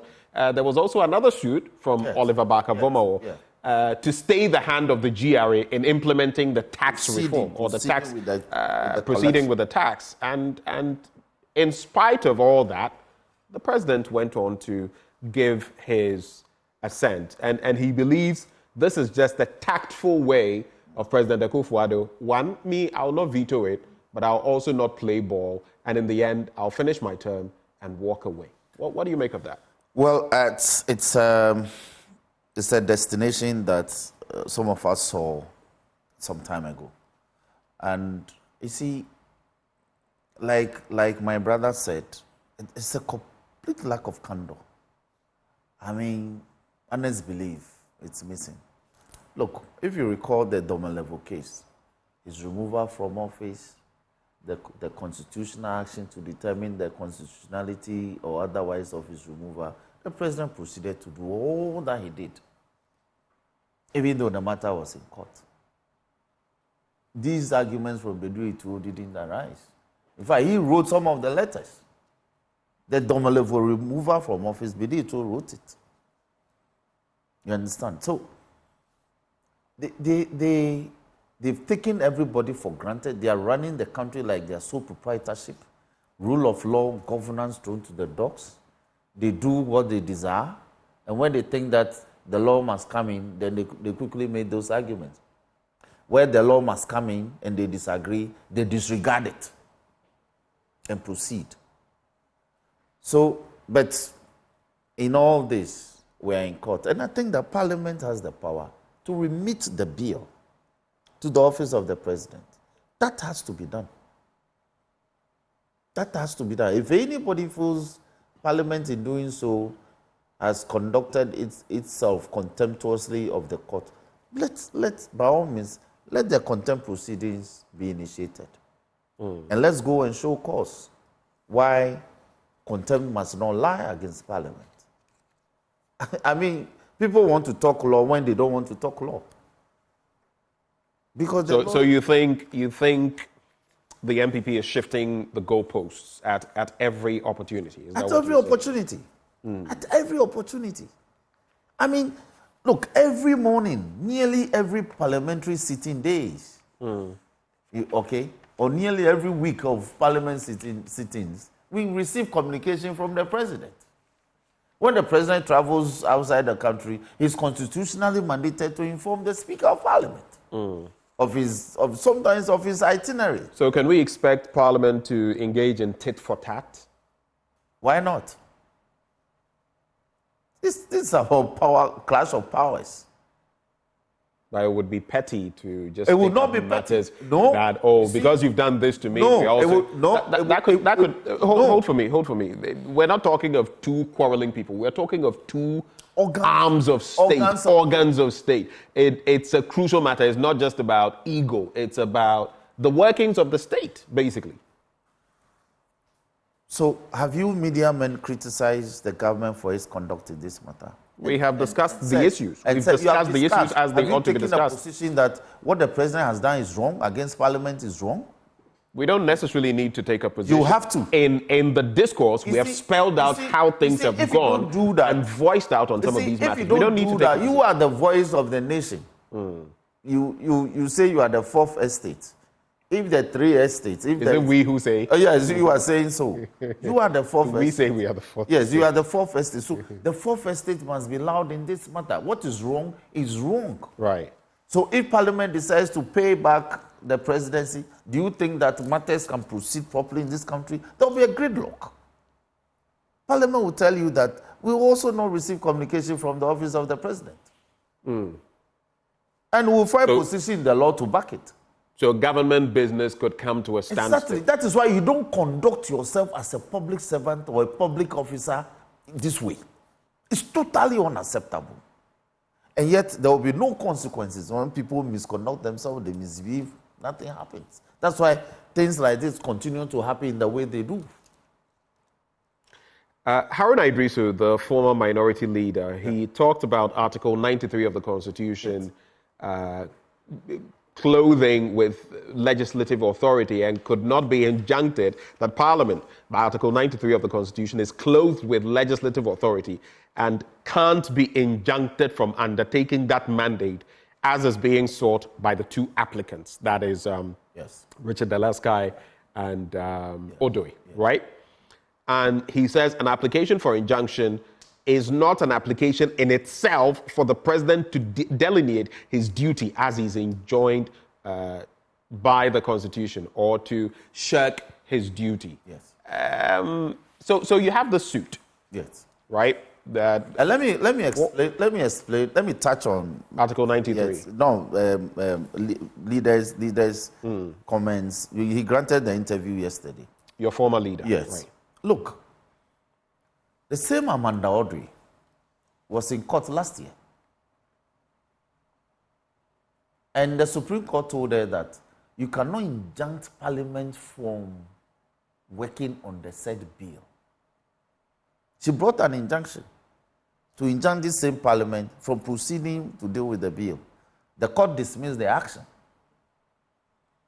And the contempt proceedings consequent upon her claim that Parliament Speaker was proceeding to deal with the bill was subsequently also withdrawn because of the dismissal of the injunctive application.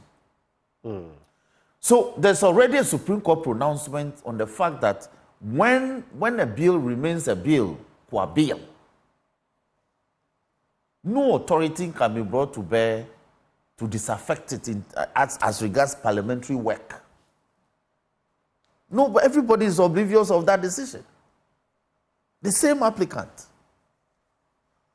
So the bill as it is in Parliament is not an act of Parliament properly as defined in Article 295 in the Constitution. It is still a product of Parliament. So I agree with a lot of lawyers who are saying that these actions are premature in the manner that they have been couched. Okay. Now, regarding my action, I told you 2 weeks ago that the decision by the president to dismiss some number of ministers of state in a publicly issued statement with immediate effect was pursuant to Article 81A of the Constitution. They have been removed. Their portfolios have been revoked. And he himself said so. And actually added that he wished them well in their future endeavors. Now, the president then proceeds to make fresh nominations for purposes of being run through the requirements in Article 78 and 79 of the Constitution for occupying those portfolios that is designated for them. Then the president again said, some ministers that he had already, whose appointment he had already revoked, he was reassigning them to different portfolios or different ministries. Right. And that is why I think that he erred. It's a violent breach of the Constitution. I raised the matter. In the corridors of power, in quiet tones, they will admit that it was a grave error, that the communication ought not to have been done that way. So I was expecting that there will be a formal correction of that. It hasn't happened. And we cannot allow such constitutional anomalies to persist. So I've sued. What am I asking for? I'm saying those persons whose appointments you revoke as ministers of state and deputy ministers of state with immediate effect were no longer occupants of ministerial portfolios for which they could be reassigned. That's my argument. And therefore, he is mandated under the Constitution to appoint anybody of his choosing if the person is qualified within the qualification criteria set out to be a minister of state. If he does so, then they must be subjected to the requirements under Article 78 and 79. That is pure parliamentary approval. But what I've done is that have tied the hands of Parliament to proceeding ahead with the current vetting process until the President does the needful by submitting the names of the other ministers, the 6 or so of them, to the list brought to Parliament for vetting, for that to be done. So that's where we are. What in essence does all of this mean? What in essence does all of this mean? We must not allow the Constitution to be breached, if I may read. If you read Article 1 of the Constitution, Article 1(2) of the Constitution says, this Constitution shall be the supreme law of Ghana, and any other law found to be inconsistent with any provision of this Constitution shall, to the extent of the inconsistency, be void. Now, any other decision that is also considered to be unconstitutional can also be challenged. So it is on this basis that I'm proceeding to challenge the fact that the President cannot dismiss a Minister of State and decide to reappoint that same Minister of State to another portfolio without having recourse to parliamentary approval requirement under Article 78. It's a procedure, it amounts to constitutional procedural impropriety that must be remedied by the Supreme Court. He must be compelled to submit those names for parliamentary, for the pre-approval process of Parliament to be given effect to. And this is right. This was the same arguments they made in G.H. Mensah versus Attorney General in 1997 in this country. Well, thank you, Roxanne, for having joined the conversation. For those of you who were watching live via the stream on Facebook, we apologize. The stream went off at a point and we had to start it up again. You know about the internet connectivity issues. We apologize for that. And I guess you would have a full package of what happened, a full complement of that. But we've been discussing the issue to do with the president failing to give his assent to the anti-LGBTQ plus bill, the matter in court, the positioning of the Attorney General, the positioning or the communication from the Executive Secretary to the President, Nana Asante Bediatu, and the posturing of Parliament as well. Only time will tell how we proceed on this matter. But stay with us. We still have more very pertinent conversations coming your way. We'll still be discussing that issue as well to do with Ghana Connect, that town hall meeting in Tamale. All that and more still to come. Do stay.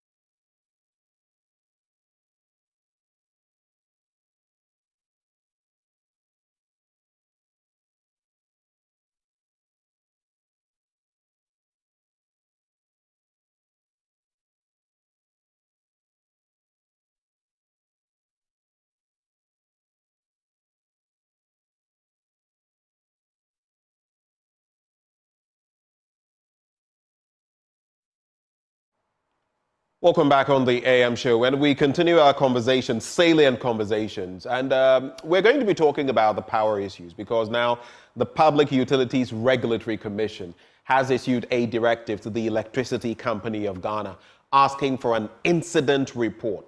They are also asking for detailed information on power outages starting from January the 1st, 2024. The question is, why are all of these things happening? I have a personal question as an individual, but maybe collectively as well. I use the Camstrap 2 kind of ECG meter, and guess what? In recent times, it's been problematic. The same thing happened sometime last year, where for a whole week, 5 days, I was without power.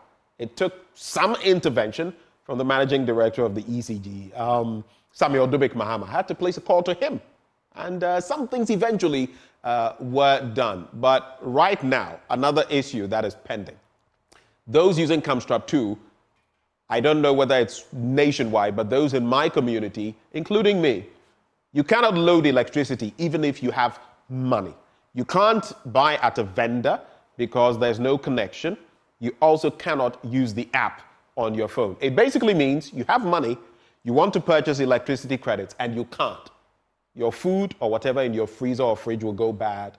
If you have equipment, there may be issues. You cannot iron your clothes. You may have to go out. That is the sort of inconvenience. And then there's the other issue that the PURC is addressing. But joining us for a conversation on that all-important matter, we have Kojo Poku, and he is an energy analyst. He joins the conversation. Kojo, good morning. Good morning, my brother. How are you? I am well, and especially relevant as you are a member of the MPP's Energy Committee when it comes to the manifesto. I'm sure these two issues I've just put forward, I'm sure you heard them. You know of the PURC issue, and then I've just added our Camstrap 2 circumstance where, again, here you are. You have money, you want to purchase credits, and you can't. For me, it's been 2 days now. Last year, it was 5 days. But what do you make, for starters, of that development in respect of the metering? Well, you know, the metering is also affected by the internet. So I know that, but I'm reliably informed that right. this doesn't have to do that. I'm just saying that could be a reason, because you said the last 2 days. And the last 2 days, you have experienced connectivity issues with the internet. Because what it does is that your meter uses the SIM card in there. It's same like the cellular network, which has not been working, to connect with the server in the billing system. So that could be the issue in the last 2 days. I'm not saying that is, but it could be. I made the inquiry. I made the inquiry because I thought it could be that, and I was told it wasn't that. In fact, you know, there are different types of meters, and the Camstrap is a bit advanced. In fact, it is being phased out. But you know that this is free, and let me make that point. It comes to mind. I know of people who have gone, because I hear ECG has outsourced to some people, and some people go and say, oh, they're getting you the new meter and pay. It is free. You're not supposed to pay for these meters. If people come to you and they say pay for them, they are lying. So call them out. You can reach out to Joy News, Joy FM, and let's deal with such people.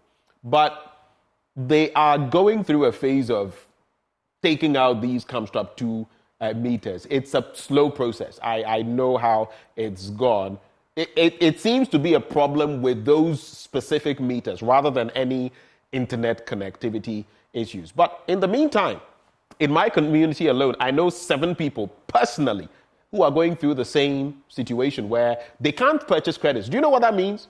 That means even without the regular power outages, you are still without power. Yeah, I think the solution in most cases has been that people are given, those meters are taken away. And whilst you don't have one to replace immediately, everybody is given a flat rate to pay. The flat rate is like a gap measure, okay, to basically make sure that you have connectivity to your house whilst ECG resolve the problem that exists.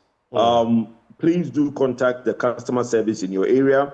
If you can let me know the area of air, I can tell the regional engineer who can also be of assistance.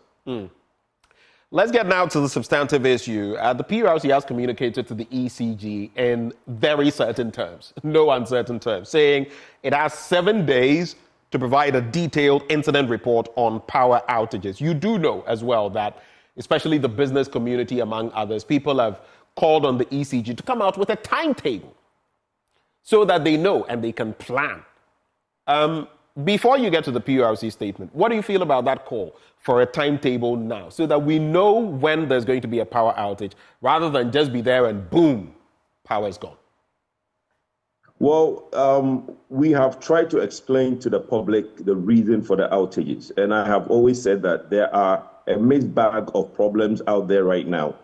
There are localized problems, which the ECG has come out to say that it's a result of, in certain areas, there are transformers overloaded. Now, the localized problem, it will be difficult for anybody to give a timetable for localized problems. Now, let's talk about the bigger picture.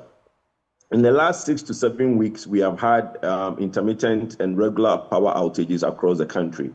And some of us have come out to basically explain that it's as a result of some maintenances that have been ongoing. The plan that was done didn't go well because some companies were supposed to come back from maintenance and they couldn't come back on the time that they're supposed to come back. A big example of that is Engas, who were supposed to come back at a certain time of their maintenance to guarantee us the 50 mm the 50 mm scarf of gas that comes from Nigeria, and that maintenance delayed a little. So the pressure from Nigeria is not as we expect it to be. So that has also created some shortages in the gas that we get.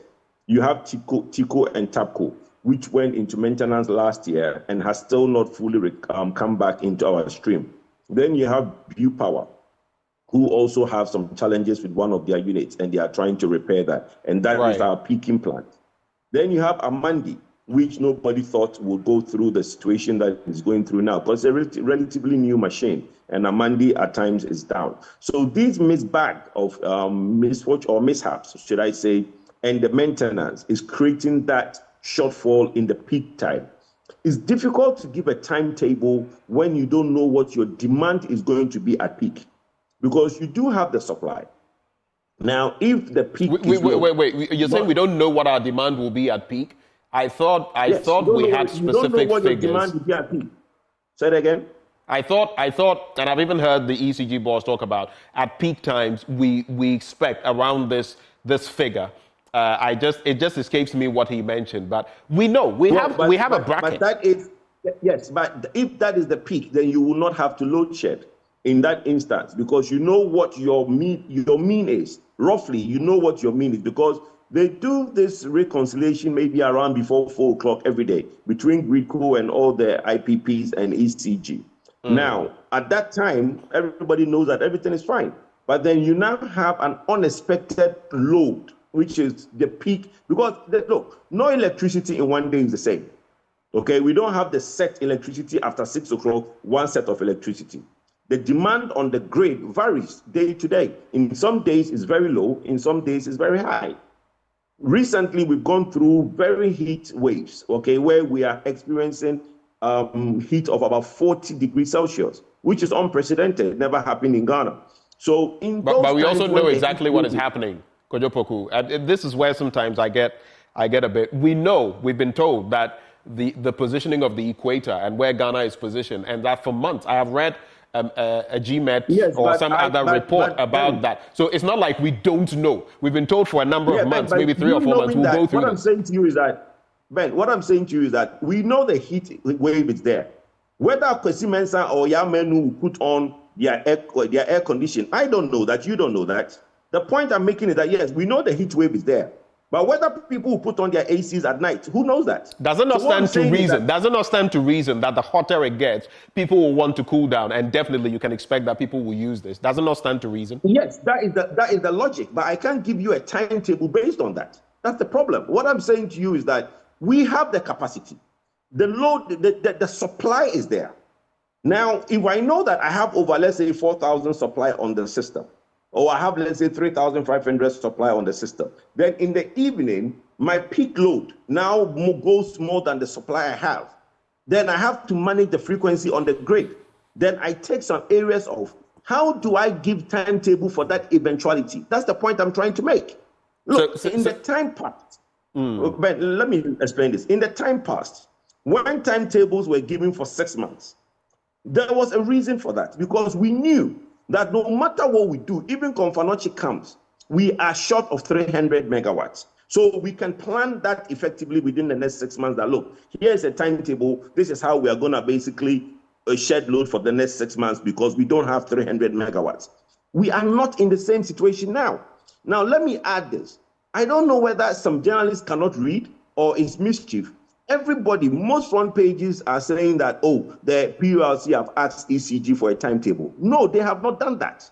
If you read the directive from PULC... Well, I don't think that has been referenced here. I don't think that has been referenced here. No, but it's in a lot of front pages that PULC have asked ECG for Doomsor timetable. They have asked for an incident report. So, say that again? They've asked for an incident report. which is what we have reported. And also, they've asked for a timetable for the areas where they will be doing the transformer insertion and work on transformers. Because remember, ECG came out and said that there are about 630 transformers that are overloaded and they need to replace them or do insertions. So what PLC is saying is that in those areas, the time that you'll be doing that work, provide timetable for the communities where that will be affected. That is the timetable that PLC is asking ECG for. PLC have not asked ECG to provide a doomsday timetable or a load shedding timetable, as many journalists have put out on their front pages and social media. It's really sad. Look, are we out there to educate the public or just to create sensation? This is a problem where people think that creating a timetable will go to, I don't know, but it gives me some level of political connotation because nobody is scared of giving a timetable. I, Kojo Poku, will ask for a timetable if the situation arises. But as it stands now, you can't give one. Right. And that's what I find, because I go back to some of your utterances in the erstwhile administration, and you were talking about timetables, load shedding timetables, and the need for them at a point. I remember clearly you were talking about them. You were basically saying, and mind you, this erratic power situation, Ghanaians, if we activated the phone lines now, would have quite a take on this. Has been going on, if I'm not mistaken, for about 2 years, on and off situation, this and that. There's always an explanation. Listen, Ghanaians are tired. Hold on for me. Ben, lights have been going off since Kwame Nkrumah. There's a difference. There's a difference. What are we talking about?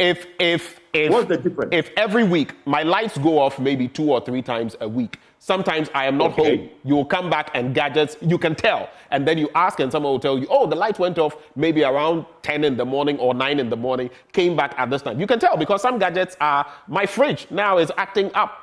I have a friend whose freezer has gone bonkers, and the person gave them 2 options. You can fix it for a cost of over 2,000 cedis, but there's no guarantee that this will last. And so you may have to do this again in the shortest possible time. They had to cough up money to go and buy a brand new deep freezer. So this is not a situation of if or when. It is happening.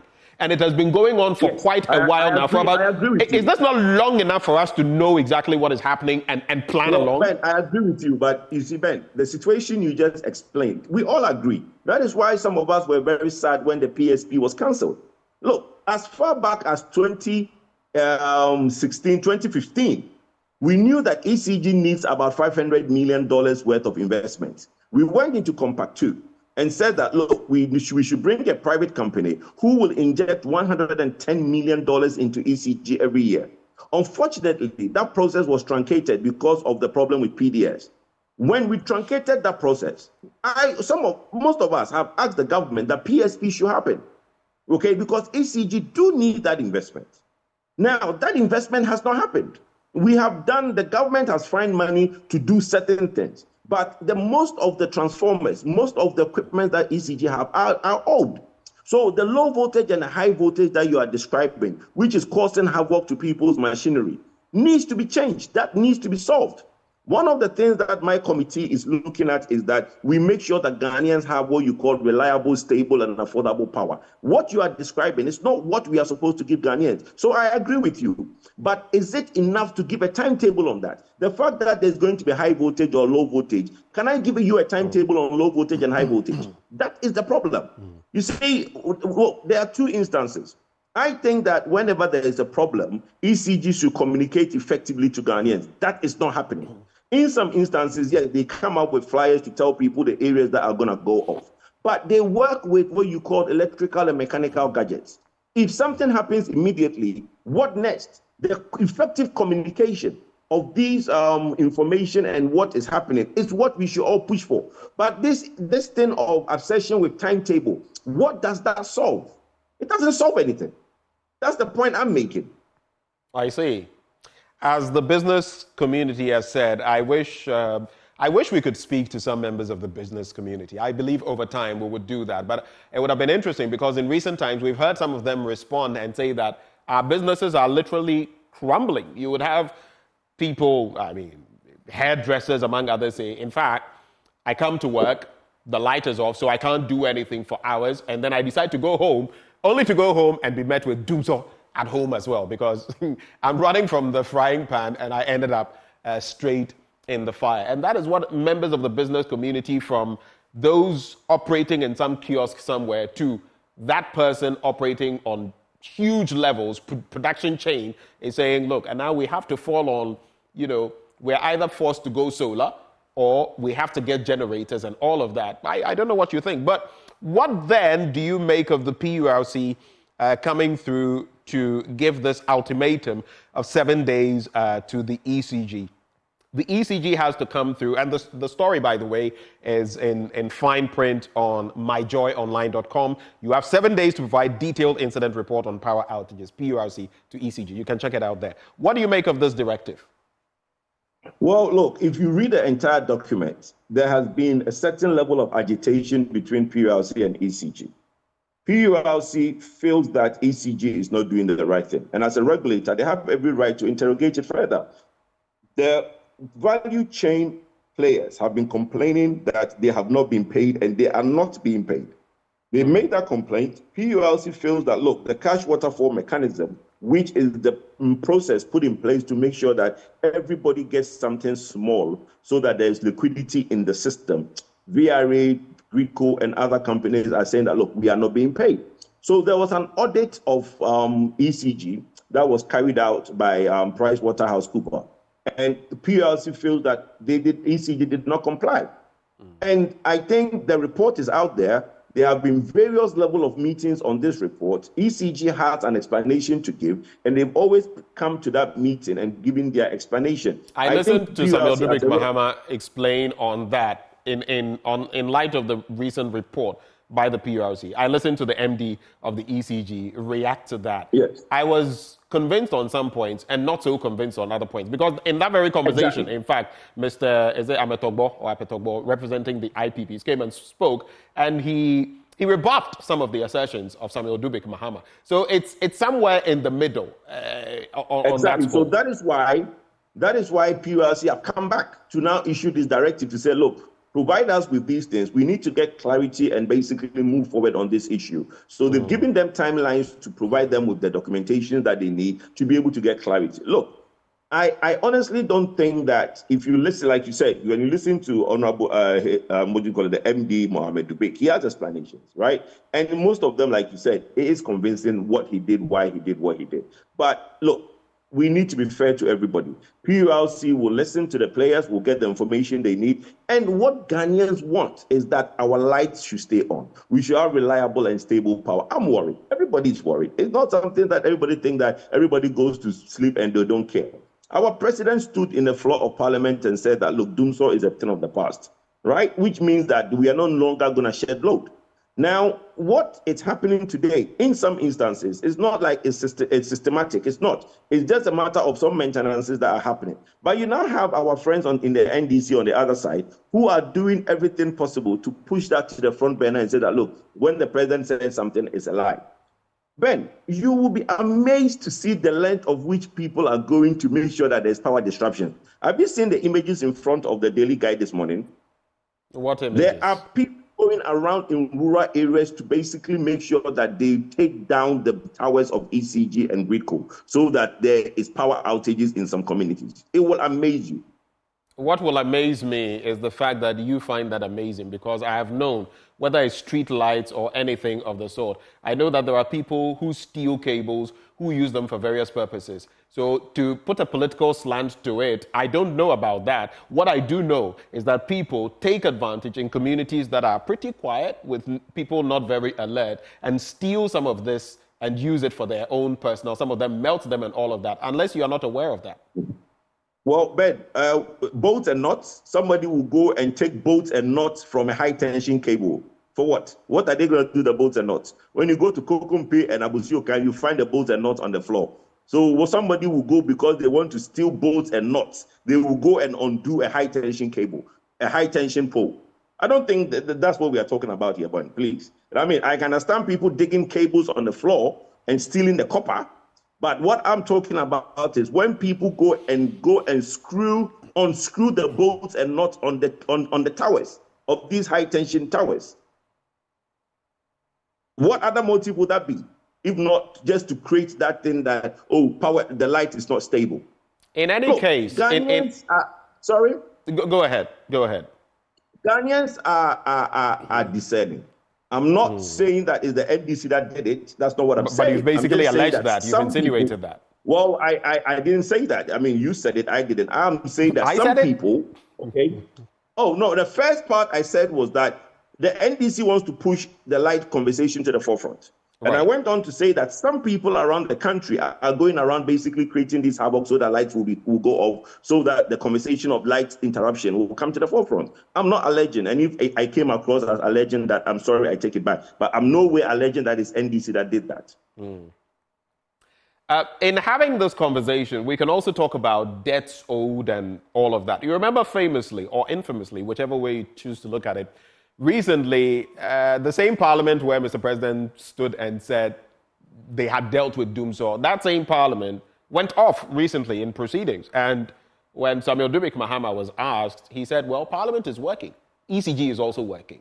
I guess we are showing working here. But looking at where we have got to, you say we've not got to the point where we need a timetable. Power supply is still erratic. The Public Utilities Regulatory Commission has given the Electricity Company of Ghana 7 days to provide a detailed incident report on power outages for the period January 1, 2024 to date. Now, according to the Commission, the ECG is also to state, and this is my next point, the volume of load curtailed, because you've been talking about how many, what's the peak and all of that. The volume of load curtailed for each power outage incident, energy not served, and the number of customers affected. I believe the devil is right here in this paragraph. What are your expectations as far as that is concerned? Well, we will see what ECG comes up with the volume curtailed. Like I said, for one, nobody is denying the fact that because in this maintenance period that we have, some management of load has not been done. So I don't think that everybody's going to say, we told you, you guys were basically managing load and you said we weren't. We've admitted, everybody had come to say that, look, it is because of this and this and this, that is why those load management happened. So the amount of load management that has basically happened, privately, some of us are privy to it. Maybe in the media, if it is made available to the media, then you guys will probably also become privy to what has been shared. But there is a very important message that I want every Ghanaian to understand this morning. When we have instances like this, and some people will come and say, oh, government doesn't have money. If government had money, they will buy fuel so that the lights won't go off. We are looking at prudent management of this economy. And there is not by any illusion that we are in IMF. Nobody is saying that this government are the richest government in the world. We know we don't have money. Everybody admit that as a country, we are in IMF. How do you now safeguard the finances of the country and not overburden the Ghanaian populace? If you have a situation like this, and you decide that you will buy expensive fuel like diesel and LCO to keep the lights on for Ghanaians, bear in mind, I have always said that when it comes to power, if you don't pay by tariffs, you pay by taxes. So if government takes money to go and buy LCO, which is expensive fuel, go buy diesel, which is expensive fuel, and get the likes of T3 and Gensa to run these liquid fuels and keep the light on. In the next PLC review, government will have to submit these expenses to PLC, and they will have to factor it into electricity tariffs, so we pay for it. Does Ghanaians want to have increases in electricity tariffs? No. Recently, by God's grace, we had some 6% reduction for people who are high-end consumers over 300 kilowatts band. What people should understand is that if the government feels that in the next 2 to 3 weeks, this problem can be resolved, why go and rush to buy these LCOs and the diesels to overburden the Ghanaian? So we all day in it together so that we can basically go through this short period of disruption. I think the communication is very important. What I expect to find in that resolution that PLC is trying to do is to call BRICO also to the table. Because if you listen to ECG, the problem is not only with ECG. BRICO also has some questions to answer. So I think some of us will also be writing to PLC and say, look, if you are trying to do the regulation that you are trying to do, also bring BRICO to the table because they also have some questions to answer. How long was Dumsor under the NDC? Oh, wow. I think the whole thing started massively from 2013. Dumsor lasted 3 years, thereabouts. More or less, yes. 3 years. It's been about 2 years of this intermittent power outages, sometimes for long periods of time in the Ashanti region, in Greater Accra. I have had my fair share. Hold. I let you make your point. Let me make my point. Where are you getting Let me make my point on this. I intentionally posed that question. It's been 2 years of this, and somehow you refer to it as this short period within which we are facing power outages. I just wanted to focus on your wording, the semantics.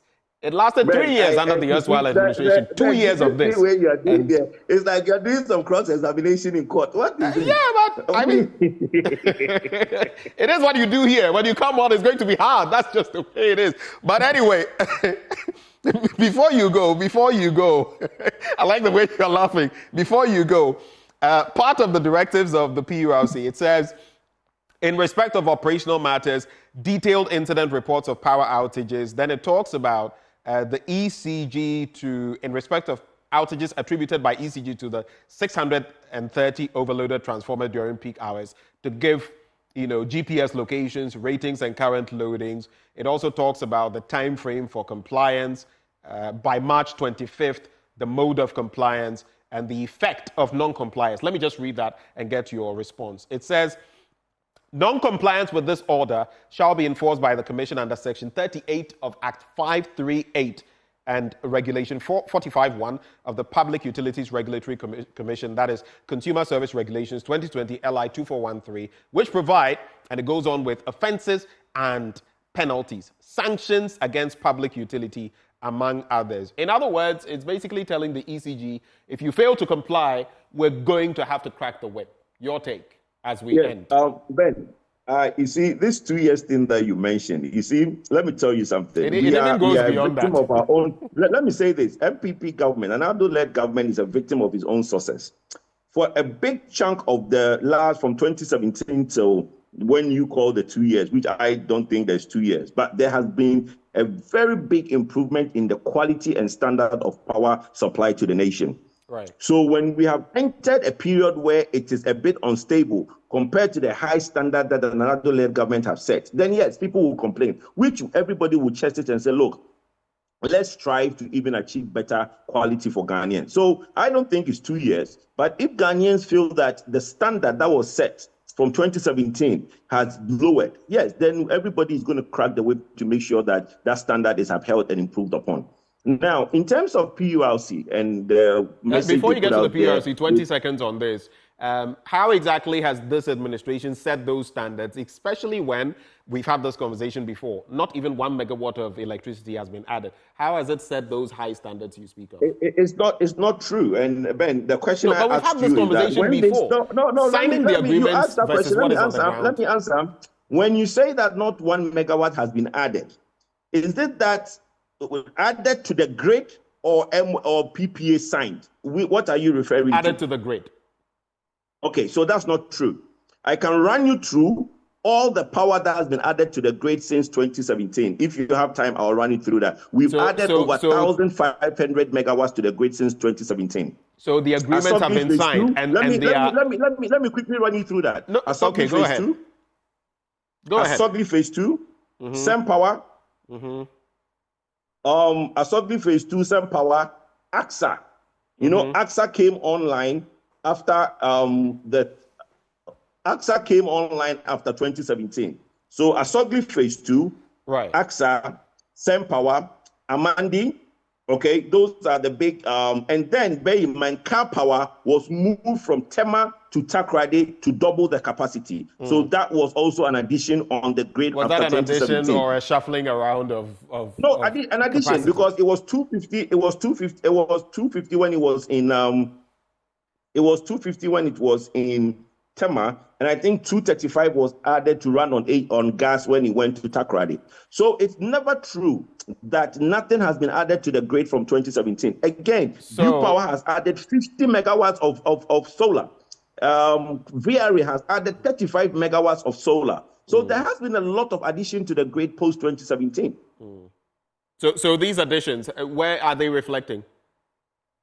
Oh, they are in the what you call it. If you go into the Outlook, you see the Energy Commission Outlook, you will see all those powers that have been. You see, I have said that, granted, those PPAs were signed in His Excellency John Mohammed's time.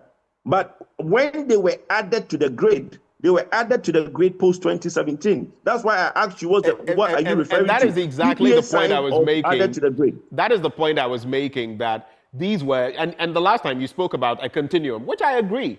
But this administration has not signed any of those that has been added on. Okay, they are so all that's from why the previous administration. So Ben, if you want to know what we've signed, then that's a different conversation. So that's why I asked you, what do you want to hear? Added to the grid or signed PPAs? You said added to the grid. I'm giving you what has been added. Now you want to know what has been signed? I do know of what has been signed. Should I and tell it's you not been what has added been on. signed? So I think we can wrap on that. Exactly. So that conversation is muted. In a minute. Signed, but not added on. In a minute. So the penalties and the PULC, you were about to go to that in less than a minute. Yes. The penalties, basically, for me, I think that we should clothe PULC to bite. The reason that people feel like, look, they can flout some of these regulators because it's a penalty in fine. So they will fine them and they can pay the fine and move on. I think we should basically have a bit more. One of the conversations that are coming up that is a bit interesting, and my committee is looking at it, is that, is it possible for a government-run regulatory to basically, let's call it a regulatory agency to basically regulate government-run institutions? Is it really effective? Okay, so we should level to try and create some level of independency to now bring in the private participation players in the value chain so that the regulator will be able to regulate better. Or give more powers to the regulator, though it can now bite better on these government-run agencies as well. Kojo, we are virtual, but fist bump to you, knuckle bump to you. Boza. Thank you for joining the conversation. We should, Ben, I think we should plan. Me and you, we can do once a month in studio, and I'll be educating you, because there's a lot of education that needs to go on between me and you to basically make sure that the MPP and another led government with Dr. Baumia coming in, we are the best for the nation. Ayo, I hear you. Thank you for your time. Kojo Nsafwa Poku, he is an energy analyst, and he's joined us for this all-important conversation on power and the directives of the Public Utilities Regulatory Commission as far as the ECG is concerned. There'll still be more time to talk about this. But up next, even before we head to Tamale and catch glimpses of that town hall, Ghana Connect, we're going to be serving you something based on health, your health. It's an interaction with Endpoint Homeopathic Clinic. Sweetie Abochi, my colleague, was on that beat. We'll serve you that up next on the AM Show. This is still the AM Show, right here on Joy News, your home of independent, fearless, and credible journalism. And today we are hosting another doctor from Endpoint Homeopathic Clinic. The last time we hosted Dr. Kwating, and he enlightened us about what really is homeopathy. Today we want to pivot into stroke. And my guest is Dr. Edu Boateng. He's also a homeopathic practitioner at Endpoint Homeopathic Clinic. He's going to help us really understand what it means when we say someone has got a stroke, get into some misconceptions about stroke, especially as it relates with young people, and the way forward, how we can keep safe. Dr. Edu Boateng, it's a pleasure to have you join the conversation on this important matter. Thank you. And how are you doing at Endpoint Homeopathic Clinic, including Dr. Kwating? Yeah, we're doing very well. I'm sure he's watching you right now. Yeah, okay. Yeah. Right, let's just get into the conversation straight away. We've heard someone got stroke, somebody died and it was stroke. When we talk about stroke, what really does it mean when a person has suffered a stroke? Thank you very much. With this topic, I think we should be able to listen to it with rapid attention, because throughout my experience in this field, I've seen that a lot of people are now disabled because of stroke attack. A lot of people are dying because of stroke. But what I would say is that stroke occurs when blood is unable to get into the brain. When there's a disruption that makes it difficult for enough blood to enter into somebody's brain. What happens is that human beings as we are, every part of our body needs blood, enough blood. And every part of the body also needs oxygen. Okay. And with blood, the water that you take, the food that you eat, the nutrient, the nutritional part of every food that you eat enters into the blood. Okay. So at a point in time when you're not getting enough blood into your brain, what is going to happen is that you are starving the brain cells of these food nutrients. And then you are also starving these brain cells out of from this oxygen. So when there's a disruption, whether the arteries is not permitting enough blood into the brain, or when there's a break, or when there's when part of any of the arteries burst into your brain, right, blood oozes into the brain. And that is also another form of stroke. Okay. So in this case, there are two forms of stroke. There's one what we call ischemic attack, or ischemic stroke. That happens when, you are getting enough blood, you are getting blood, but the blood that you are getting into the brain is not enough. Or does not have enough oxygen. Do not have enough oxygen. Okay. And because of that, maybe some people may have maybe blood clots in the arteries. Okay. And once there's blood clots in the arteries, blood will struggle to pass through the arteries into the brain. And in so doing, that can also result in stroke. And then there's another type of stroke, what we call hemorrhagic type of stroke. In that case, what happens is that the arteries that supplies blood into the brain can end up rupturing, or it can, what we call rupture, or there can be a break in it. Okay. That will cause blood to be oozing into your brain. When that also happens, it's also another means for one to be able to get stroke. From my understanding of what an artery is, they are small tubes that carry blood and other nutrients or whatever to the important parts of our body. What could possibly cause an artery to erupt, or what could cause that kind of blockage in the mind or any part of the body that would impede the great circulation of blood in the body? Yes, usually cholesterol can even result in that. When there's too much cholesterol, that's the bad cholesterol. When you have so much of that, that can stampede, or that can cause the blockage in your arteries. Or sometimes too, when there's too much pressure. When there's too much pressure, you see, one of the main causes of stroke is pressure, hypertension. One of the main causes of it, I would say, with the number of people that comes to endpoint to a particular clinic, I would say that about 80 or 70% out of that get stroke because of uncontrolled pressure. Whenever one is having pressure, we should understand that means the amount of pressure, that's the meaning of pressure, the hypertension. Hypertension, yeah, so high blood pressure. High blood pressure, that's the pressure pushing your blood through your vessels. If it's so much, that can also cause the artery to even break, or there could be a rupture of the... So when blood is pushed at an unusual, abnormal speed, yes, that's what we call high blood pressure. Yes, and that can also that can cause stroke. And indeed, from the people that comes, I've realized that about 70-80% get this problem. Most of them, by the time you finish with their medical history, you realize that most of them, the stroke was caused by the hypertension, because it's just like you having a gutter. And then when water is supposed to flow to your gutter, to your house, and then when you see that when there's flood and the water, the pressure in that water that flows through your gutter is so much, what happens is that sometimes it ends up breaking the gutter, the walls of the gutter. And then when it breaks that way, you see that the water will be channeled to any part. It will not be channeled through the gutter again. Then it may end up ending in people's homes. In the same way, when the pressure that is pushing your blood through your vessels is so much high, the pressure in it is so much high, sometimes you may end up even breaking the artery, and that can result in stroke. Apart from that, a medical condition called diabetes is also causing so much, especially those with high sugar level. When the sugar level is so much high, because the sugar level meaning that the glucose level is so much high, it will end up affecting the artery.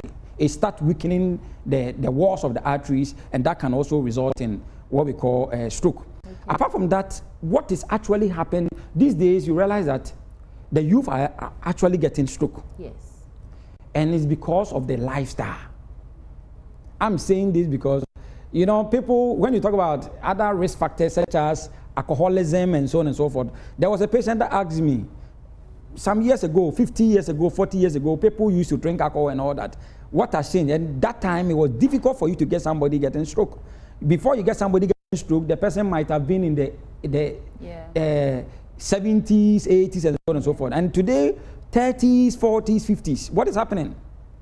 We are not taking alcohol, and are we not taking alcohol? The alcohol content that we are taking now is more than what they were taking.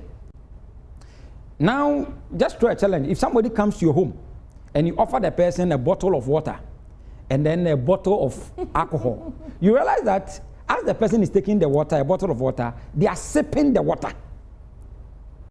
People actually sip water. So we are not drinking enough water. We are not drinking enough water. Okay. So now it is so easy for people to come to you when once you pick a blood sample, you realize you've not even conducted any test on them. You realize that there is something wrong with the blood. Because people are consuming too much alcohol. People are consuming too much recreational medications. The weed and everything. Now you can ask so many of these ladies around or so many of these gentlemen around that, do they take weed? They will tell you, no, I don't take it. But they are taking the weed in so many forms. In a toffee form, in so many, now they've even gotten some name for it. Edibles, they will tell you edibles. Oh, if I take edibles, yes. Yeah. Now people are blowing too much balloons. There are people blowing to, the balloon that I'm talking about. It's not the normal balloon the nitric gas. Yeah, the nitric gas. Yeah. Those gas are not good for the system. Right. The gas that we need for the system to work well is the oxygen. Okay.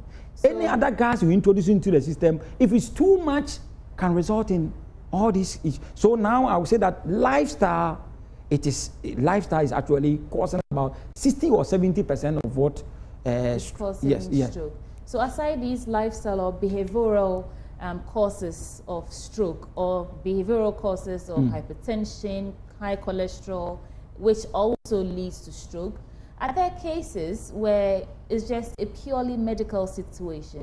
Someone has impeccable health record but ends up getting stroke. Yeah, there are times like that. What accounts for such rare situations? Yes, there are times that somebody could be having even a cardiovascular condition, heart-related conditions. The heart is unable to pump enough blood, and for that matter, the person, and this might have happened for a very long time, the person could end up, and there are times that people who are aged, people who are in their 80s, 90s are getting stroke, because naturally, once you are aging, the arteries weakens. Okay. Naturally, human beings, that's how it is.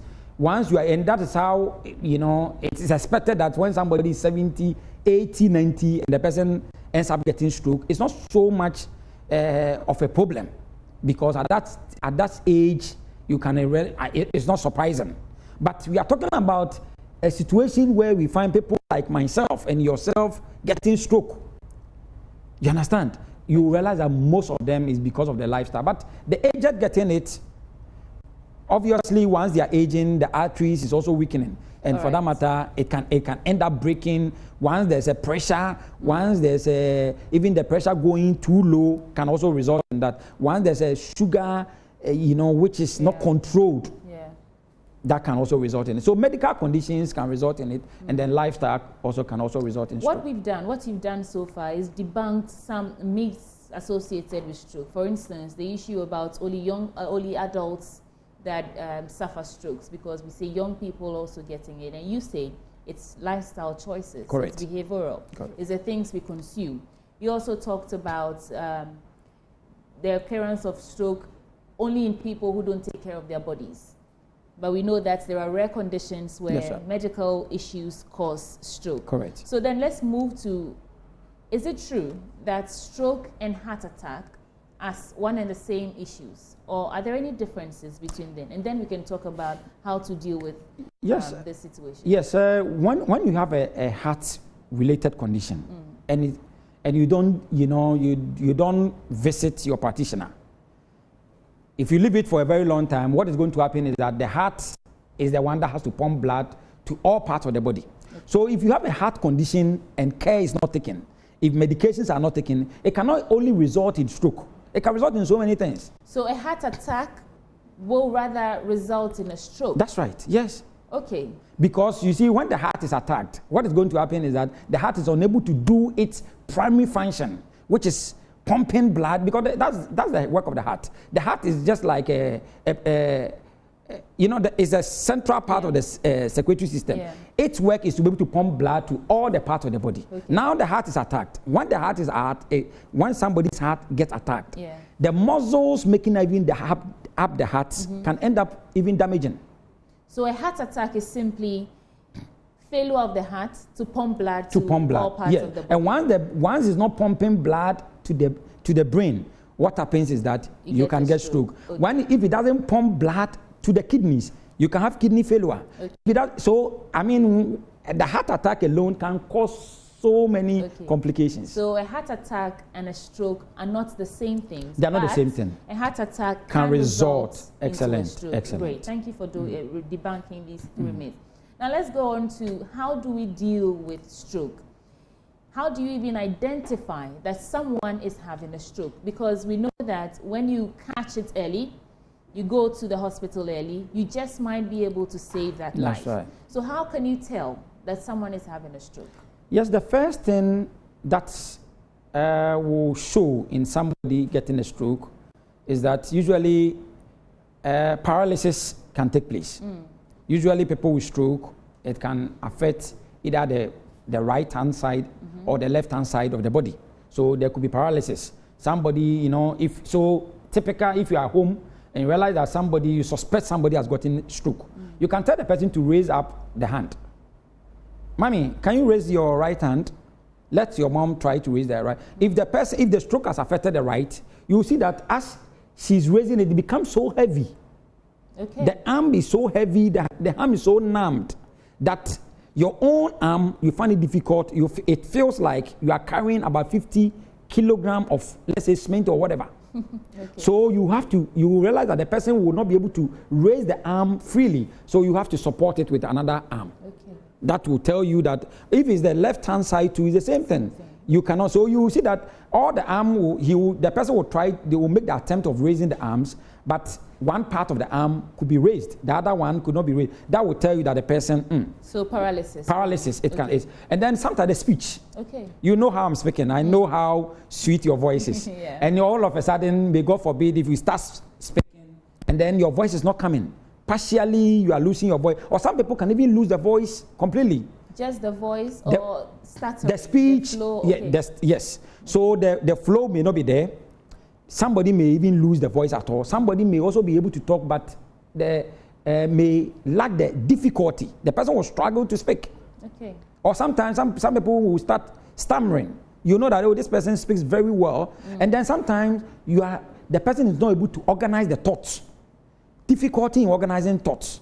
You understand? All these things, could, or sometimes the voice could even go completely. All right. So that's another sign of somebody who has gotten a stroke. And then there are sometimes the movement. Sometimes you can even ask the person to also move, or sometimes you can even ask the person to smile. Usually it can end up affecting part of the face. Okay. So there can be facial paralysis as well, where part of the face droop. You as if this part, you realize that part. So what do you do when you've seen all these? When you've seen one sign, what do you do? Immediate. If like the example you gave, if we are together and then I spot one of these symptoms you're talking about, what do I do? You immediately have to go to the hospital. Yes. If now that we have a lot of ambulances and all that, possibly you call an ambulance service, because the more you keep the person at home, the brain cells could end up getting damaged. Okay. So the more because it could be the pressure that resulted in the stroke. Okay. And now what is happening is that the pressure is still high. The pressure that caused stroke had not gone down. Okay. So what is going to happen is that pressure could be destroying a lot of things. Maybe it ended up just damaging one artery. Now the person is still at home, nothing is done to it. Yeah. It will end up affecting others as well. Delay in seeking medical attention, it causes a lot. It causes fatal results. Yes. We know that these are some of the things that you treat at Endpoint Homeopathic Clinic. When we talk about stroke, how do you use homeopathy to not just treat the occurrence as and when, but ensure that it doesn't occur again? Thank you very much. What happens is that when somebody has stroke, with Endpoint, the moment the person comes, we check the vitals. Pressure first thing.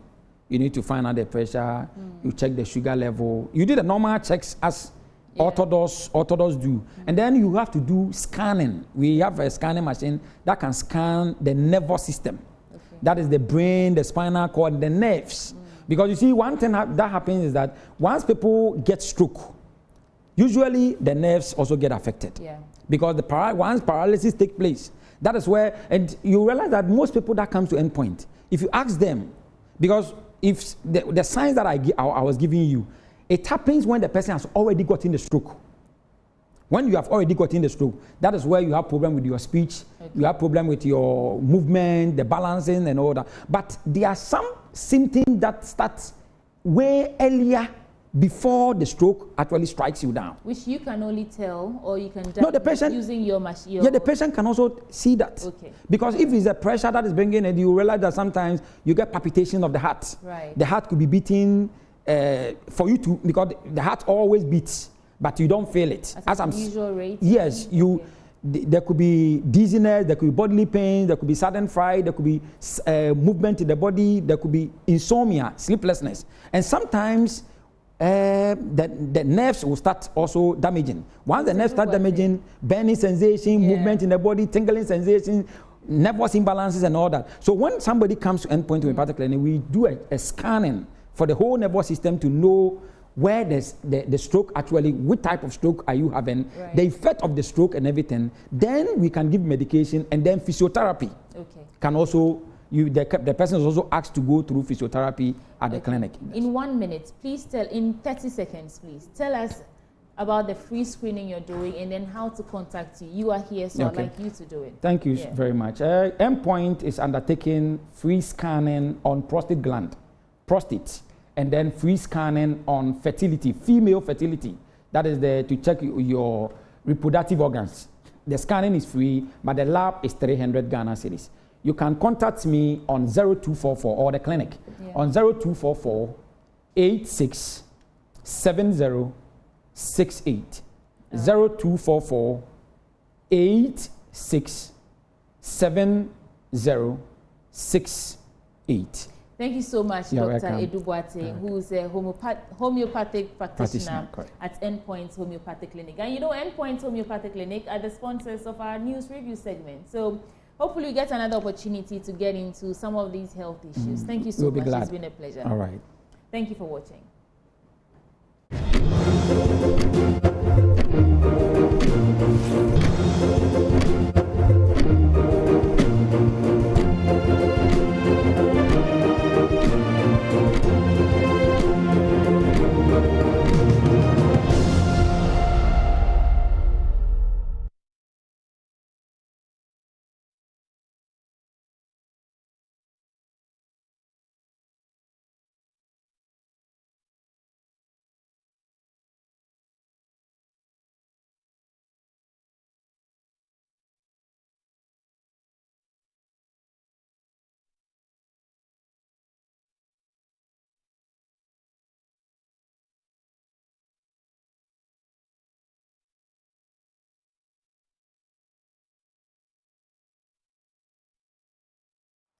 Welcome back on the AM show, and this is how we actually cap off activities on the AM show. Up next, we'll be serving you Joy News Desk with Sweetie Abochi. But still, before we wrap on the show, we have AM Business, courtesy of EcoBank, the Pan-African Bank. Enjoy as we get ready for Joy News Desk.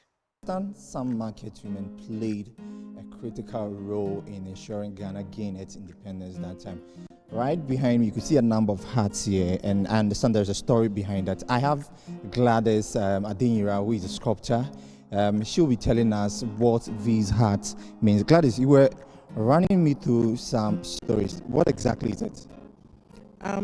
The independence of Ghana is not complete without the stories of the market women who helped Nkrumah attain independence. The hats represent market women for whom I'm having these exhibitions. The independence story of Ghana over the years has missed the role that market women played in Ghana's attaining independence. The market women who helped Kwame Nkrumah attain independence with the resources that they had. So this is what the exhibition is about, more an educational exercise. Right, so where are these hats coming from? The hats are coming from a number of markets, Agbogloshi Market, Makola Market, and then Under Bridge, that is around Graphic Road, where you have the tomato market. They are coming from there. And the individual hats used to belong, that some of them used to belong to market women. And the hat becomes an appropriated object that I'm using in the installation, and it's conceptual art. So the concept of the hat, what does it do? How does it relate to the market woman? One hat is a story of the lifetime of a woman. She wears the hat, she goes out to sell, comes back, and so the hat is part of her story and part of her. So don't see it as a hat, but see it as a story of one woman. Right. You were telling me about some of the comments Dr. Kwame Nkrumah made in 1957 with respect to independence about these market women. What exactly are they? Kwame Nkrumah said that in the struggle for independence, one market woman is worth more to me than 10 Achimota School graduates. And Kwame Nkrumah was an Achimota School graduate himself. So for him to make such a statement is profound in how important it was for him, how significant the women's help to him was. What were some of the roles these women were playing when Kwame Nkrumah came and all that? What exactly were they doing to support Ghana's independence? The main thing was the financial support. And then it is said that they could rally a crowd quickly. And suddenly there's a crowd here and there's a rally going on. They cooked for those who attended the rallies.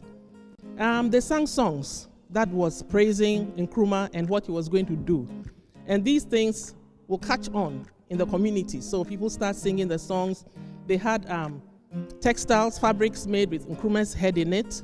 And even I realized from my research that Peduase Lodge was built by the market women for Nkrumah. And he handed it over to the state. So the women had done a lot for him. And he was grateful for what they had done, even by this statement. How many hats have you collected so far from these women? I have 26.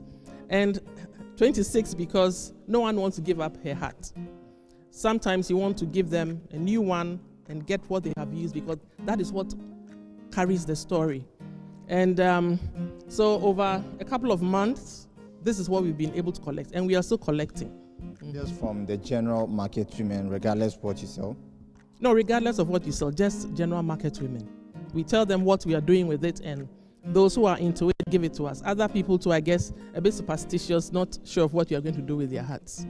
I could also see some crates there would go there and know what exactly those crates are also meant for theater. And right behind me, you could see some crates, and I understand these are also meant for these market women who supported Dr. Kwame Nkrumah. Grace, tell me, how many do you have so far? We have 31 boxes, and each one is telling its own story. You notice that they have names on them, some nicknames, some quotations from the Bible. And these crates have also traveled the journeys with the women. they've sat in the market with the women and are part of the story the women are telling. So this is also part of the installation representing the market women. Yeah. Did they share with you some of the meanings? Do we have in the Bible verse and all that? Can you run me through some of them? Some of them are blessing girl, Isaiah chapter 54:5, one God, Jesus.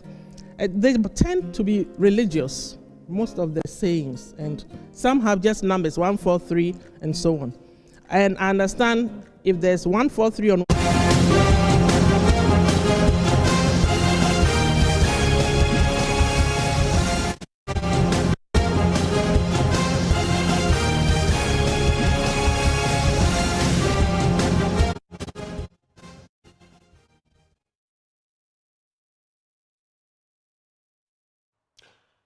Well, right before we go, this is the Ghana Connect rendition of our town hall in Tamale. And guess who's on the spot now? Evans Mensah is in Tamale. I'm handing over to him. You can expect some more conversations coming from there. Evans Mensah, if you can hear me, over to you in Tamale.